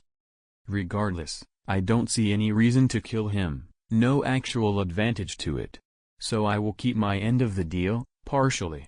I won't disclose everything either. After all, this the best way to go in such a situation. But, unfortunately for him, this matter will have to wait for quite some time. Very well, I will take some DNA samples from you. Nothing major, some blood, hair, urine if possible. Kite just nodded. It's nice that he's being cooperative. But I will be heading on a mission soon, so I won't be able to come back to you in a short time span. This one seemed to throw him off a bit. I guess not knowing what exactly you are is quite annoying to him. I promise that I will get back to you when the research is finished. I will still take the samples now if possible. He just sighed and ripped out a few strands of his own hair, handing them to me. I ripped space open and took out a few sterilized Ziploc bags, along with a syringe. Kite just sighed and rolled up his sleeve. Although I could tell my storage Hotsu surprised him a bit.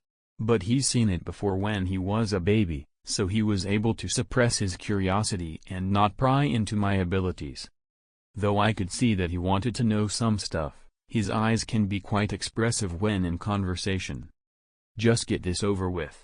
And so I did, quick and painless, also applied a bandage so he wouldn't bleed much. Well, I believe we are done here. I hope to hear from you sooner than later, Kite said, ending our meeting quite quickly. But it's not like we're friends or something. Of course, I can't wait to look more deeply into this matter myself. Rebirth doesn't happen all that often after all. After that, I took my leave. The other ants weren't there to say goodbye, but I didn't feel like meeting them anyway. So it doesn't matter. I am satisfied with how this situation has turned out. I also managed to find quite a few interesting things. My deal with Kite was a bit unexpected, but it's a good outcome for me. Now to prepare a bit more for my expedition. _POV narration _ Only after making sure that the mad scientist had left could the newborn Kite relax. A frustrated sigh came from his lips, as he pondered on his exchange with the old monster. He wanted to know more about chimera ants. The world barely had anything written about them, and the scientist was the only one holding anything important from their race. The queen's body was the key to researching the ants. And the old scientist had it, blocking the others from making any significant breakthrough. The others were stuck on just dissected regular chimera ants and hoping for the best. Kite knew what he was doing was dangerous. But he didn't believe that outright refusing the scientist was a good choice. He didn't know if he would have reacted violently to that. He played things safe and decided that this was his best bet for surviving, and if he could eventually find out more about his new species, then he would be pleased enough. Revenge was not really on Kite's mind. Besides, it didn't even look attainable to the newly reborn hunter. All he could do now was to wait, train and wait. His current body was more talented than his last, so he had more opportunities now. _POV Ashton_. Time passed quite quickly. I barely had time to train Pito a bit more after making that deal with Kite. But I still wonder how she would fare against the creatures littering my homeland. I doubt she could even take on a few of the Zodiacs. If she was already intelligent enough, I'd give her a relic or two, just to enhance her strength a bit. As for how strong the relics have the potential to make you, Netero, using his relic the 1000 bead mala wouldn't have lost to the king at all. Even if he was much older and decrepit, he would have still won. Relics are true game changers. I knew he wanted to die because he didn't even attempt to retrieve his relic. If he did, the king would have died quite easily. The king only powered up because he consumed his guards. That's the conclusion I came to after thinking about their states a bit.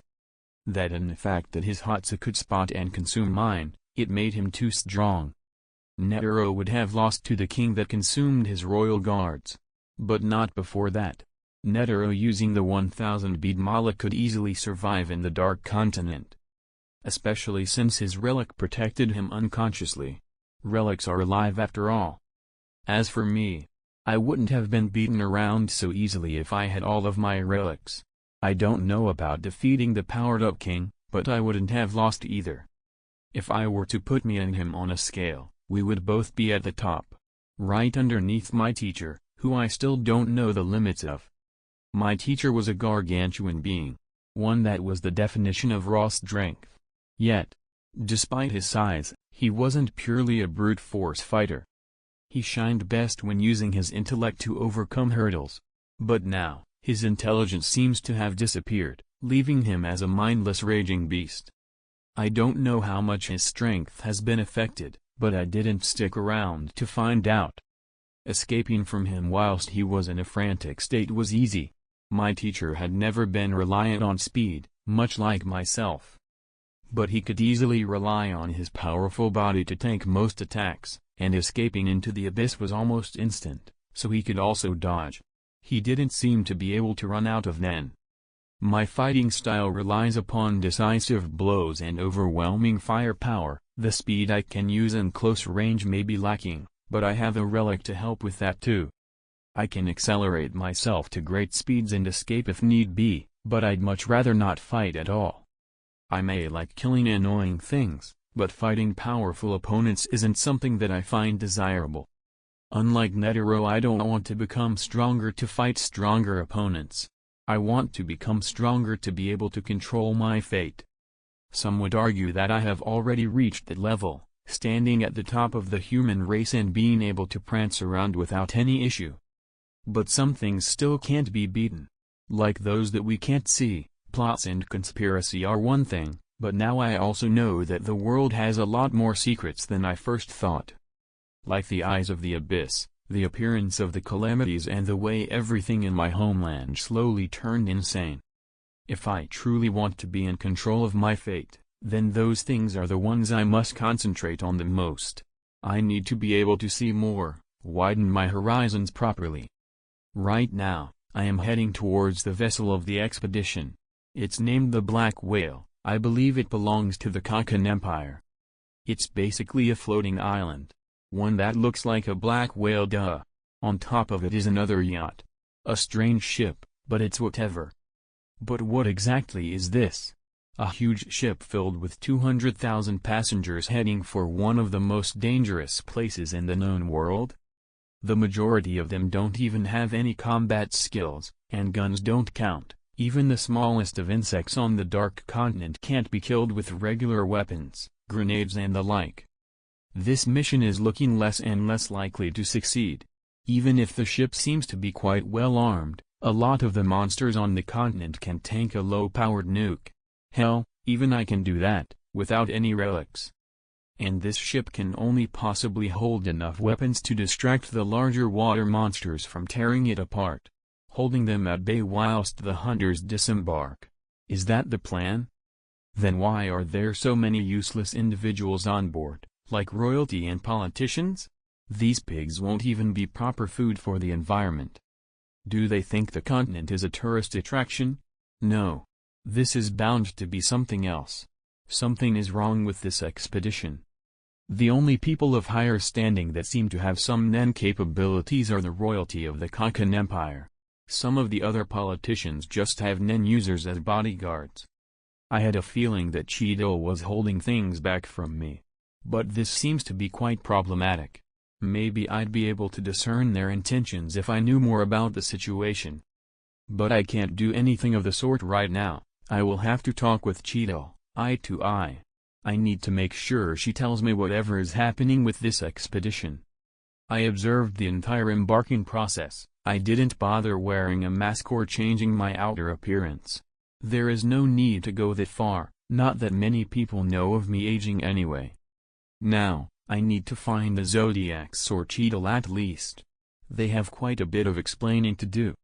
Still, I think this is a bad omen. Whatever is planned on this shoddy expedition, it's not going to be a nice experience for anyone on board.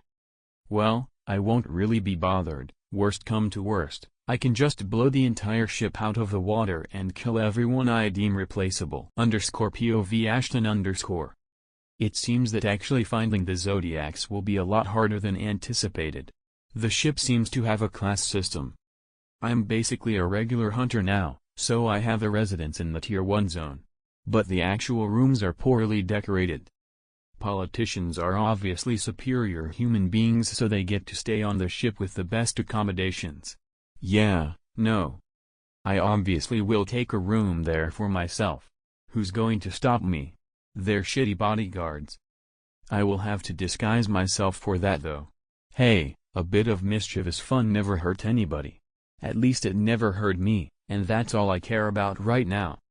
I'll worry about all of that later. The journey is around 2 months long anyway.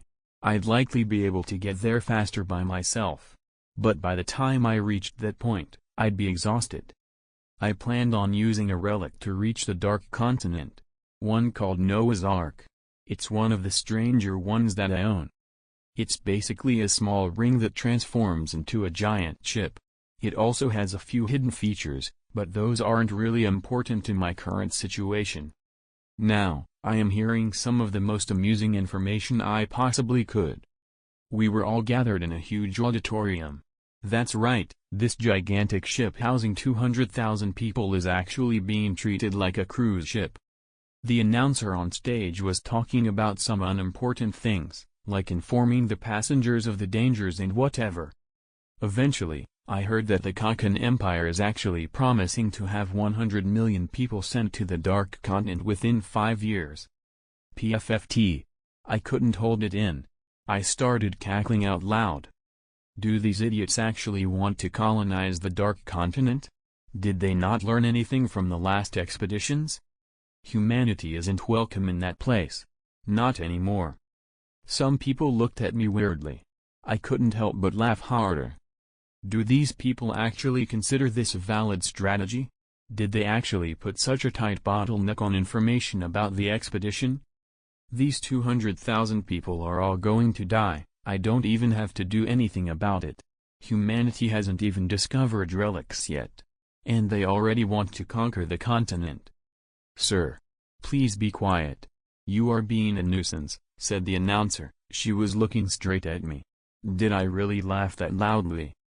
Well, by the way, some of the people around me were holding their bleeding ears. I guess I did. But I am quite mad. Should I speak up, I wonder? Of course, I should. At least I should give these ignorant sheep a bit of a warning before they jump inside a den of starved wolves. I jumped on stage.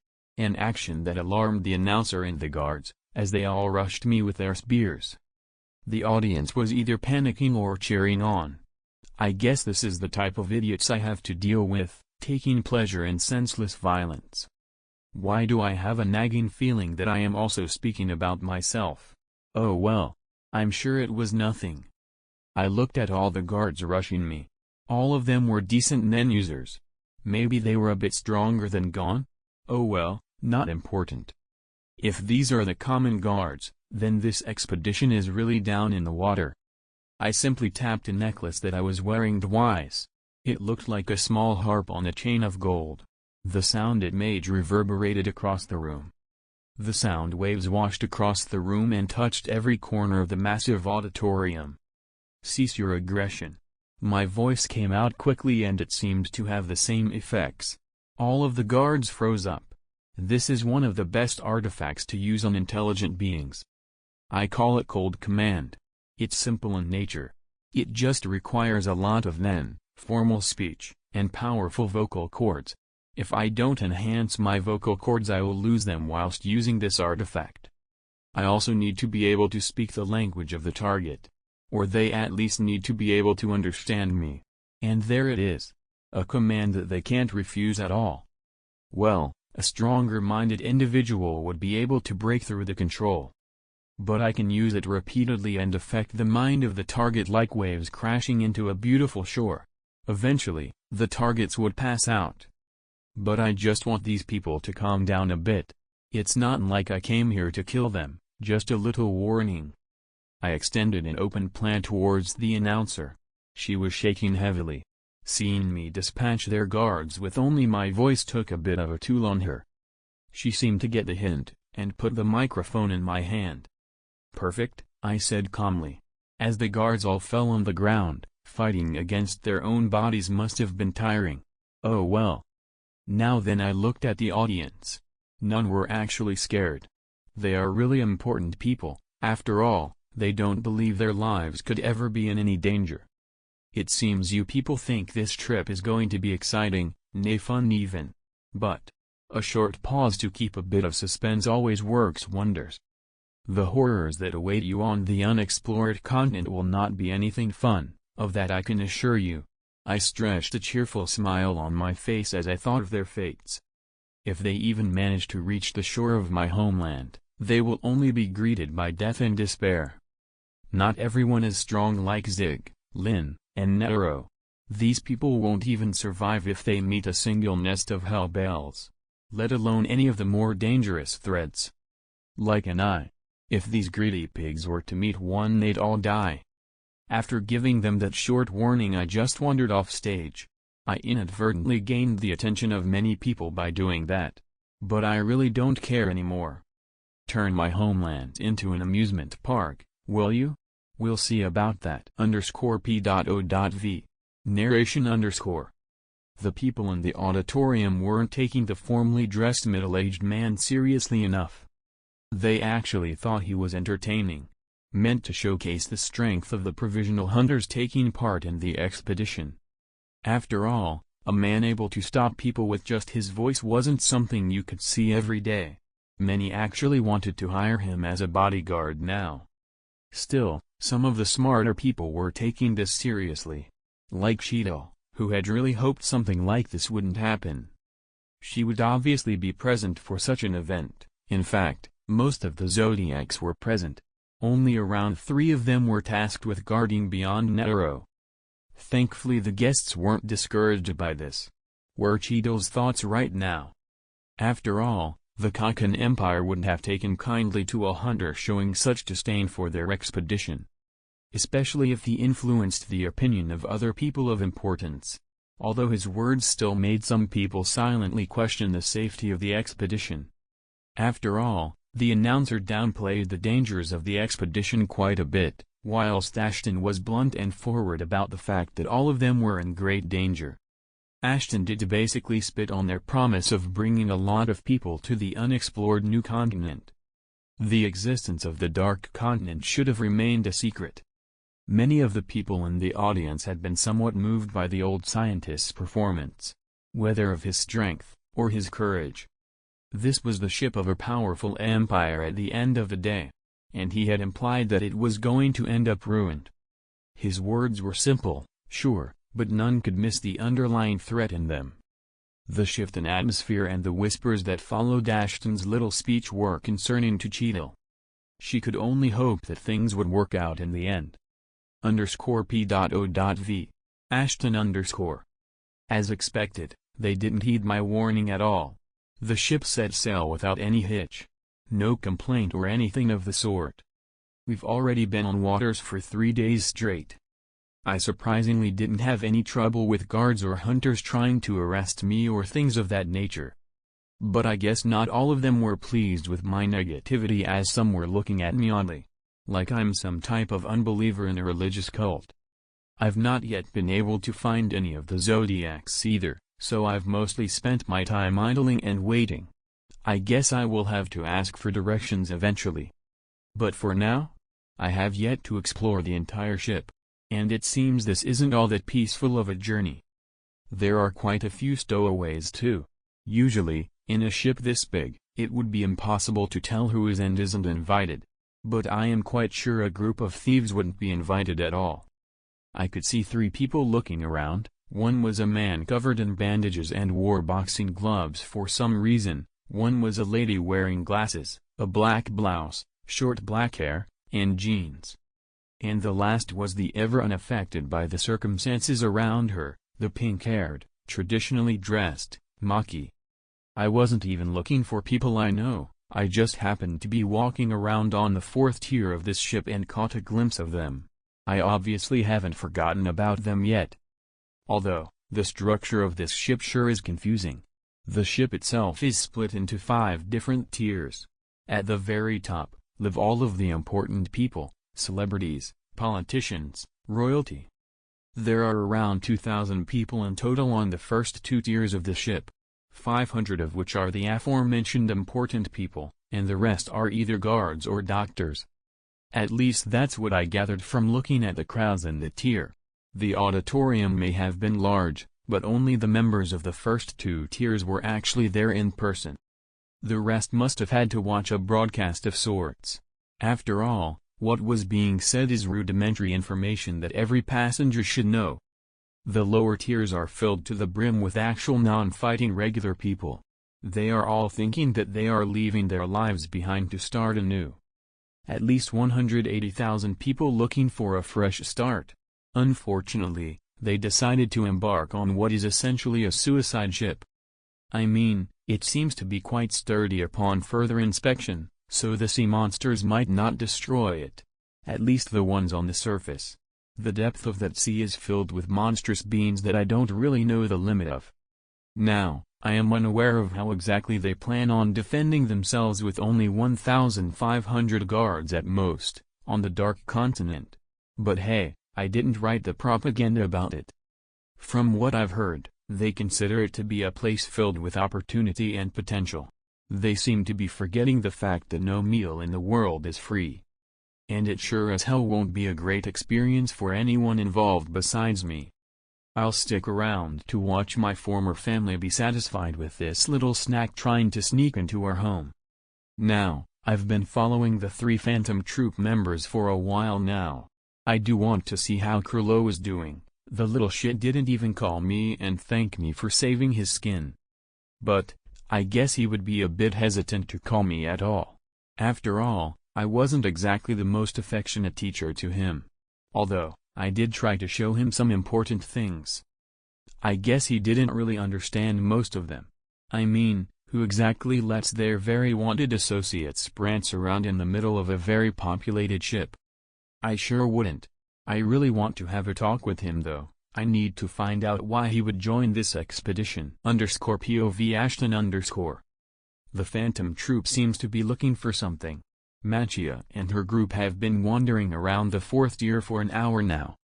I think I'll need to go and just speak to them at this point. My patience is quite limited after all. I'll keep following them for a few minutes. If they continue to just walk around aimlessly, I will just talk to them. I think I also found out where Cheadle is located. She's a disease hunter, so, logically, she would be in a medical ward. It's hard to tell which though. The only ones that actually have doctors in them are the ones above the 3rd tier. So I'll just check those later, I guess. Yep, The lower tiers don't even have any type of surveillance or medical staff. But there are still quite a few doctors on the ship, they are all just hanging about in the first tiers. This is beyond stupid, but I guess there's no need to provide healthcare for people that will die anyway. Oh well, I guess it's time to see what the Phantom Troop is doing on this ship.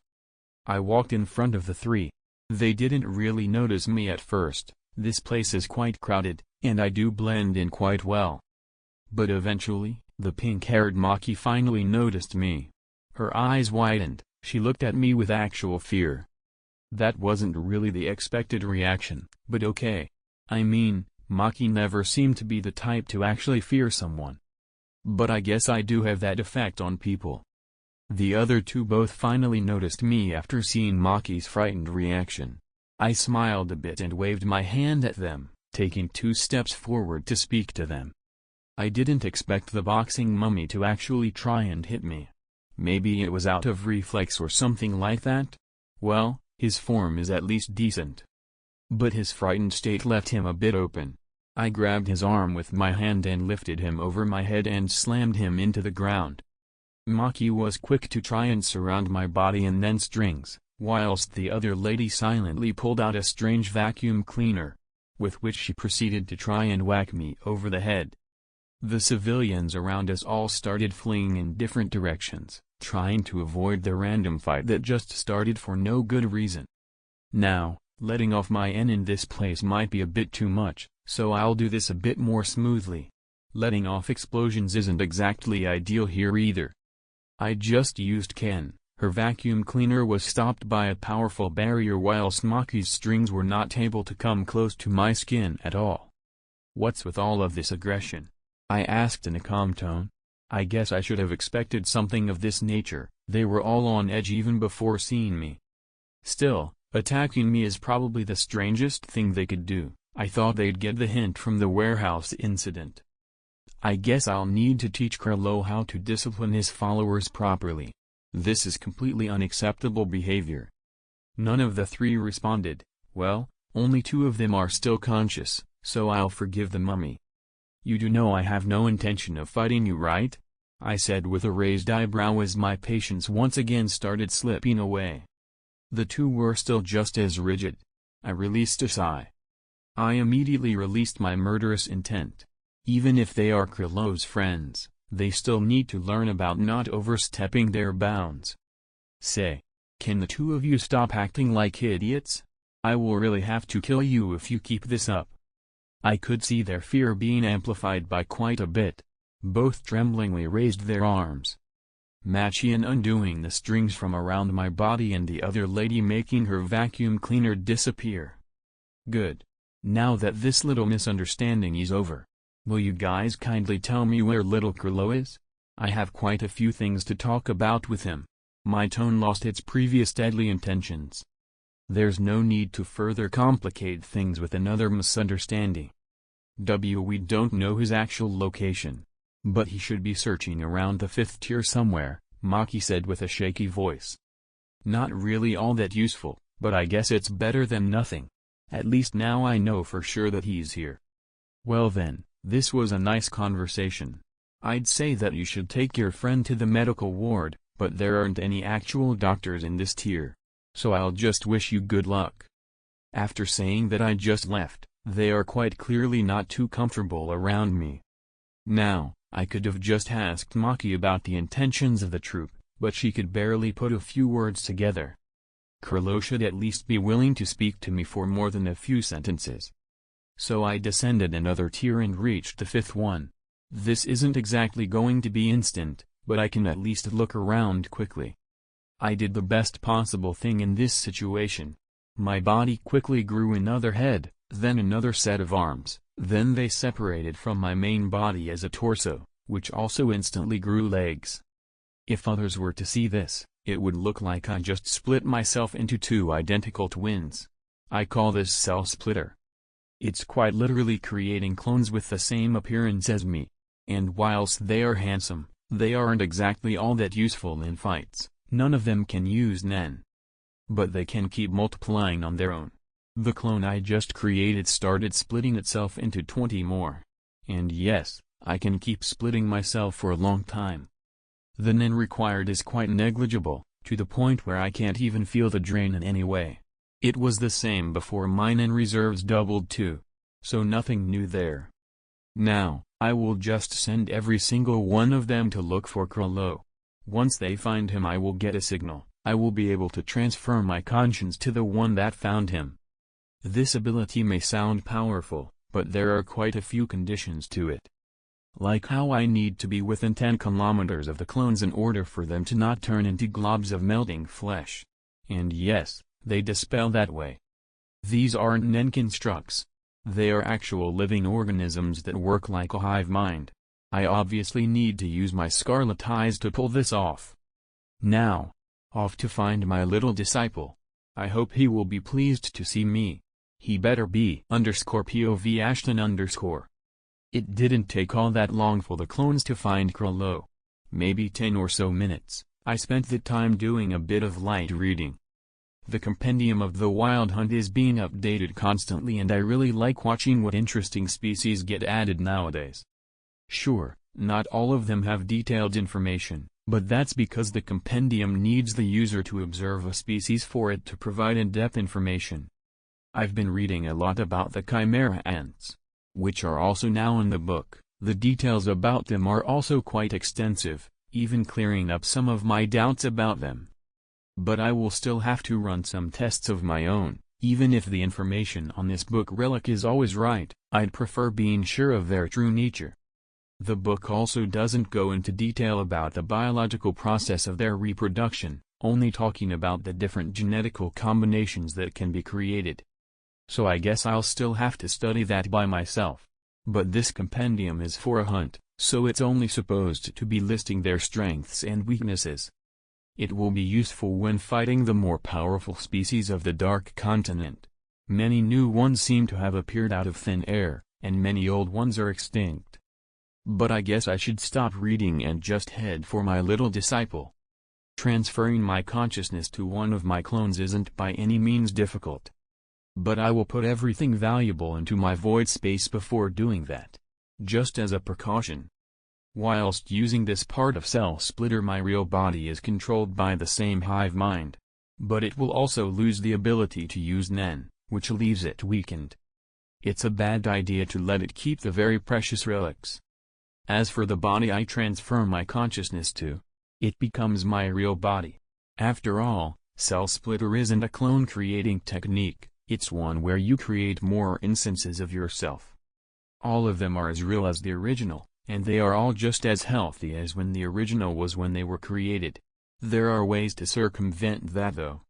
As I said, the only downside to this otherwise ridiculously powerful technique is that the clones can't really move too far away from me. 10 kilometers isn't a lot in the grand scheme of things. Although I do have a few ways to work around that. For now though, I just close my eyes and connect my mind to my new body. An easy concept. Somewhat easy to grasp. Still, when I opened my eyes again I was already in the new body. Maybe a bit disoriented, but still fine. I could see Killua in front of me in the distance. He was also looking around searching for something, or someone. His expression was odd, he looked both sad and mad at the same time. His eyes were a lot colder than I remember them being. But I guess he's also been through a lot. Oh well. He's made his choices in life. They are what ultimately led to his current predicament, whatever that may be. I decided to approach him right away. Changing bodies might have been strange only for the first 2 times. Now it's just normal. I am now standing right behind my student, looking at him intently. And I am a bit sad that he hasn't noticed me yet. Has nothing that I taught stuck to him? I decided to take the best possible course of action in this situation. I slapped his back with enough force to send him rolling on the ground. He did a few rolls up until he turned to face me. He looked completely ready to fight me at first, much like his friends, but he quickly realized who I am. And he also realized that I am positively pissed off. Teacher. I apologize for my behavior, he said with a perfect 90-degree bow. Wow, what a brat, He doesn't even know what he did wrong, but he started apologizing in advance. I guess the lessons in humility managed to stick with him at least. "What in the name of God are you doing here, kid?" I asked him in a simple tone. Some of my annoyance at his little group has been diffused by his preventive apology. I don't care if he means it or not, I am not petty enough to hold it against him. "What do you mean, teacher?" "Well, I guess the question I asked wasn't specific enough. Either that or he's too stressed out to think clearly and understand what I am referring to. Why exactly are you on a ship heading for the most dangerous place this planet has to offer? This one should be a bit more specific." And his eyes widened a bit as he started scratching the back of his head. Maybe we should speak about this in private." "Good point." I could see the people around us staring, and I guess he has some secrets too. "Sure, let's go to your room, it should be closer than mine." We started walking away from the scene. My student is still a wanted man after all. Little Killua started leading me to his cabin, or at least the place he sleeps in. Pretty sure he's a stowaway. I don't know how much luxury they get in their accommodations. Well, it seems he still managed to snatch a room for himself. I guess it's because security is just about non-existent on the lower tiers of this magnificent ship. "So, are you going to greet your teacher properly now?" I said in a chilling tone. I could hear Killua audibly gulp. He kneeled before me and prostrated on the ground. His hands were extended forwards whilst sticking perfectly to the ground. "This unworthy disciple greets master." Oh wow, I wasn't really expecting him to go through with it. I was mostly playing around when I told him to do this in his childhood. But it's whatever. Not like I care about his dignity. But this is also embarrassing for me. There was no need for that. I meant making me some tea or something. He slowly got up. I guess he is also a bit ashamed for having done that. His cheeks were a bit red. But eventually, he sighed and got that same grim expression from when he was searching around. I guess something is eating away at him. "I'm sorry, teacher. There isn't any tea in the room." I just released a sigh, taking out an electric stove, some very expensive tea. I also took out an ancient tea set.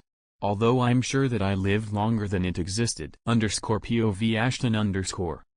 I left my student skulk around a bit whilst making my own tea. I don't want him ruining such quality tea. Comment. I don't really think a thief by profession will have many accomplishments in the tea-making arts. Although calling it art is quite strange, humans really love to call everything an art, I just go along with it. So, what exactly made you feel so down? It's a bit strange to say this, but I guess I am a bit curious.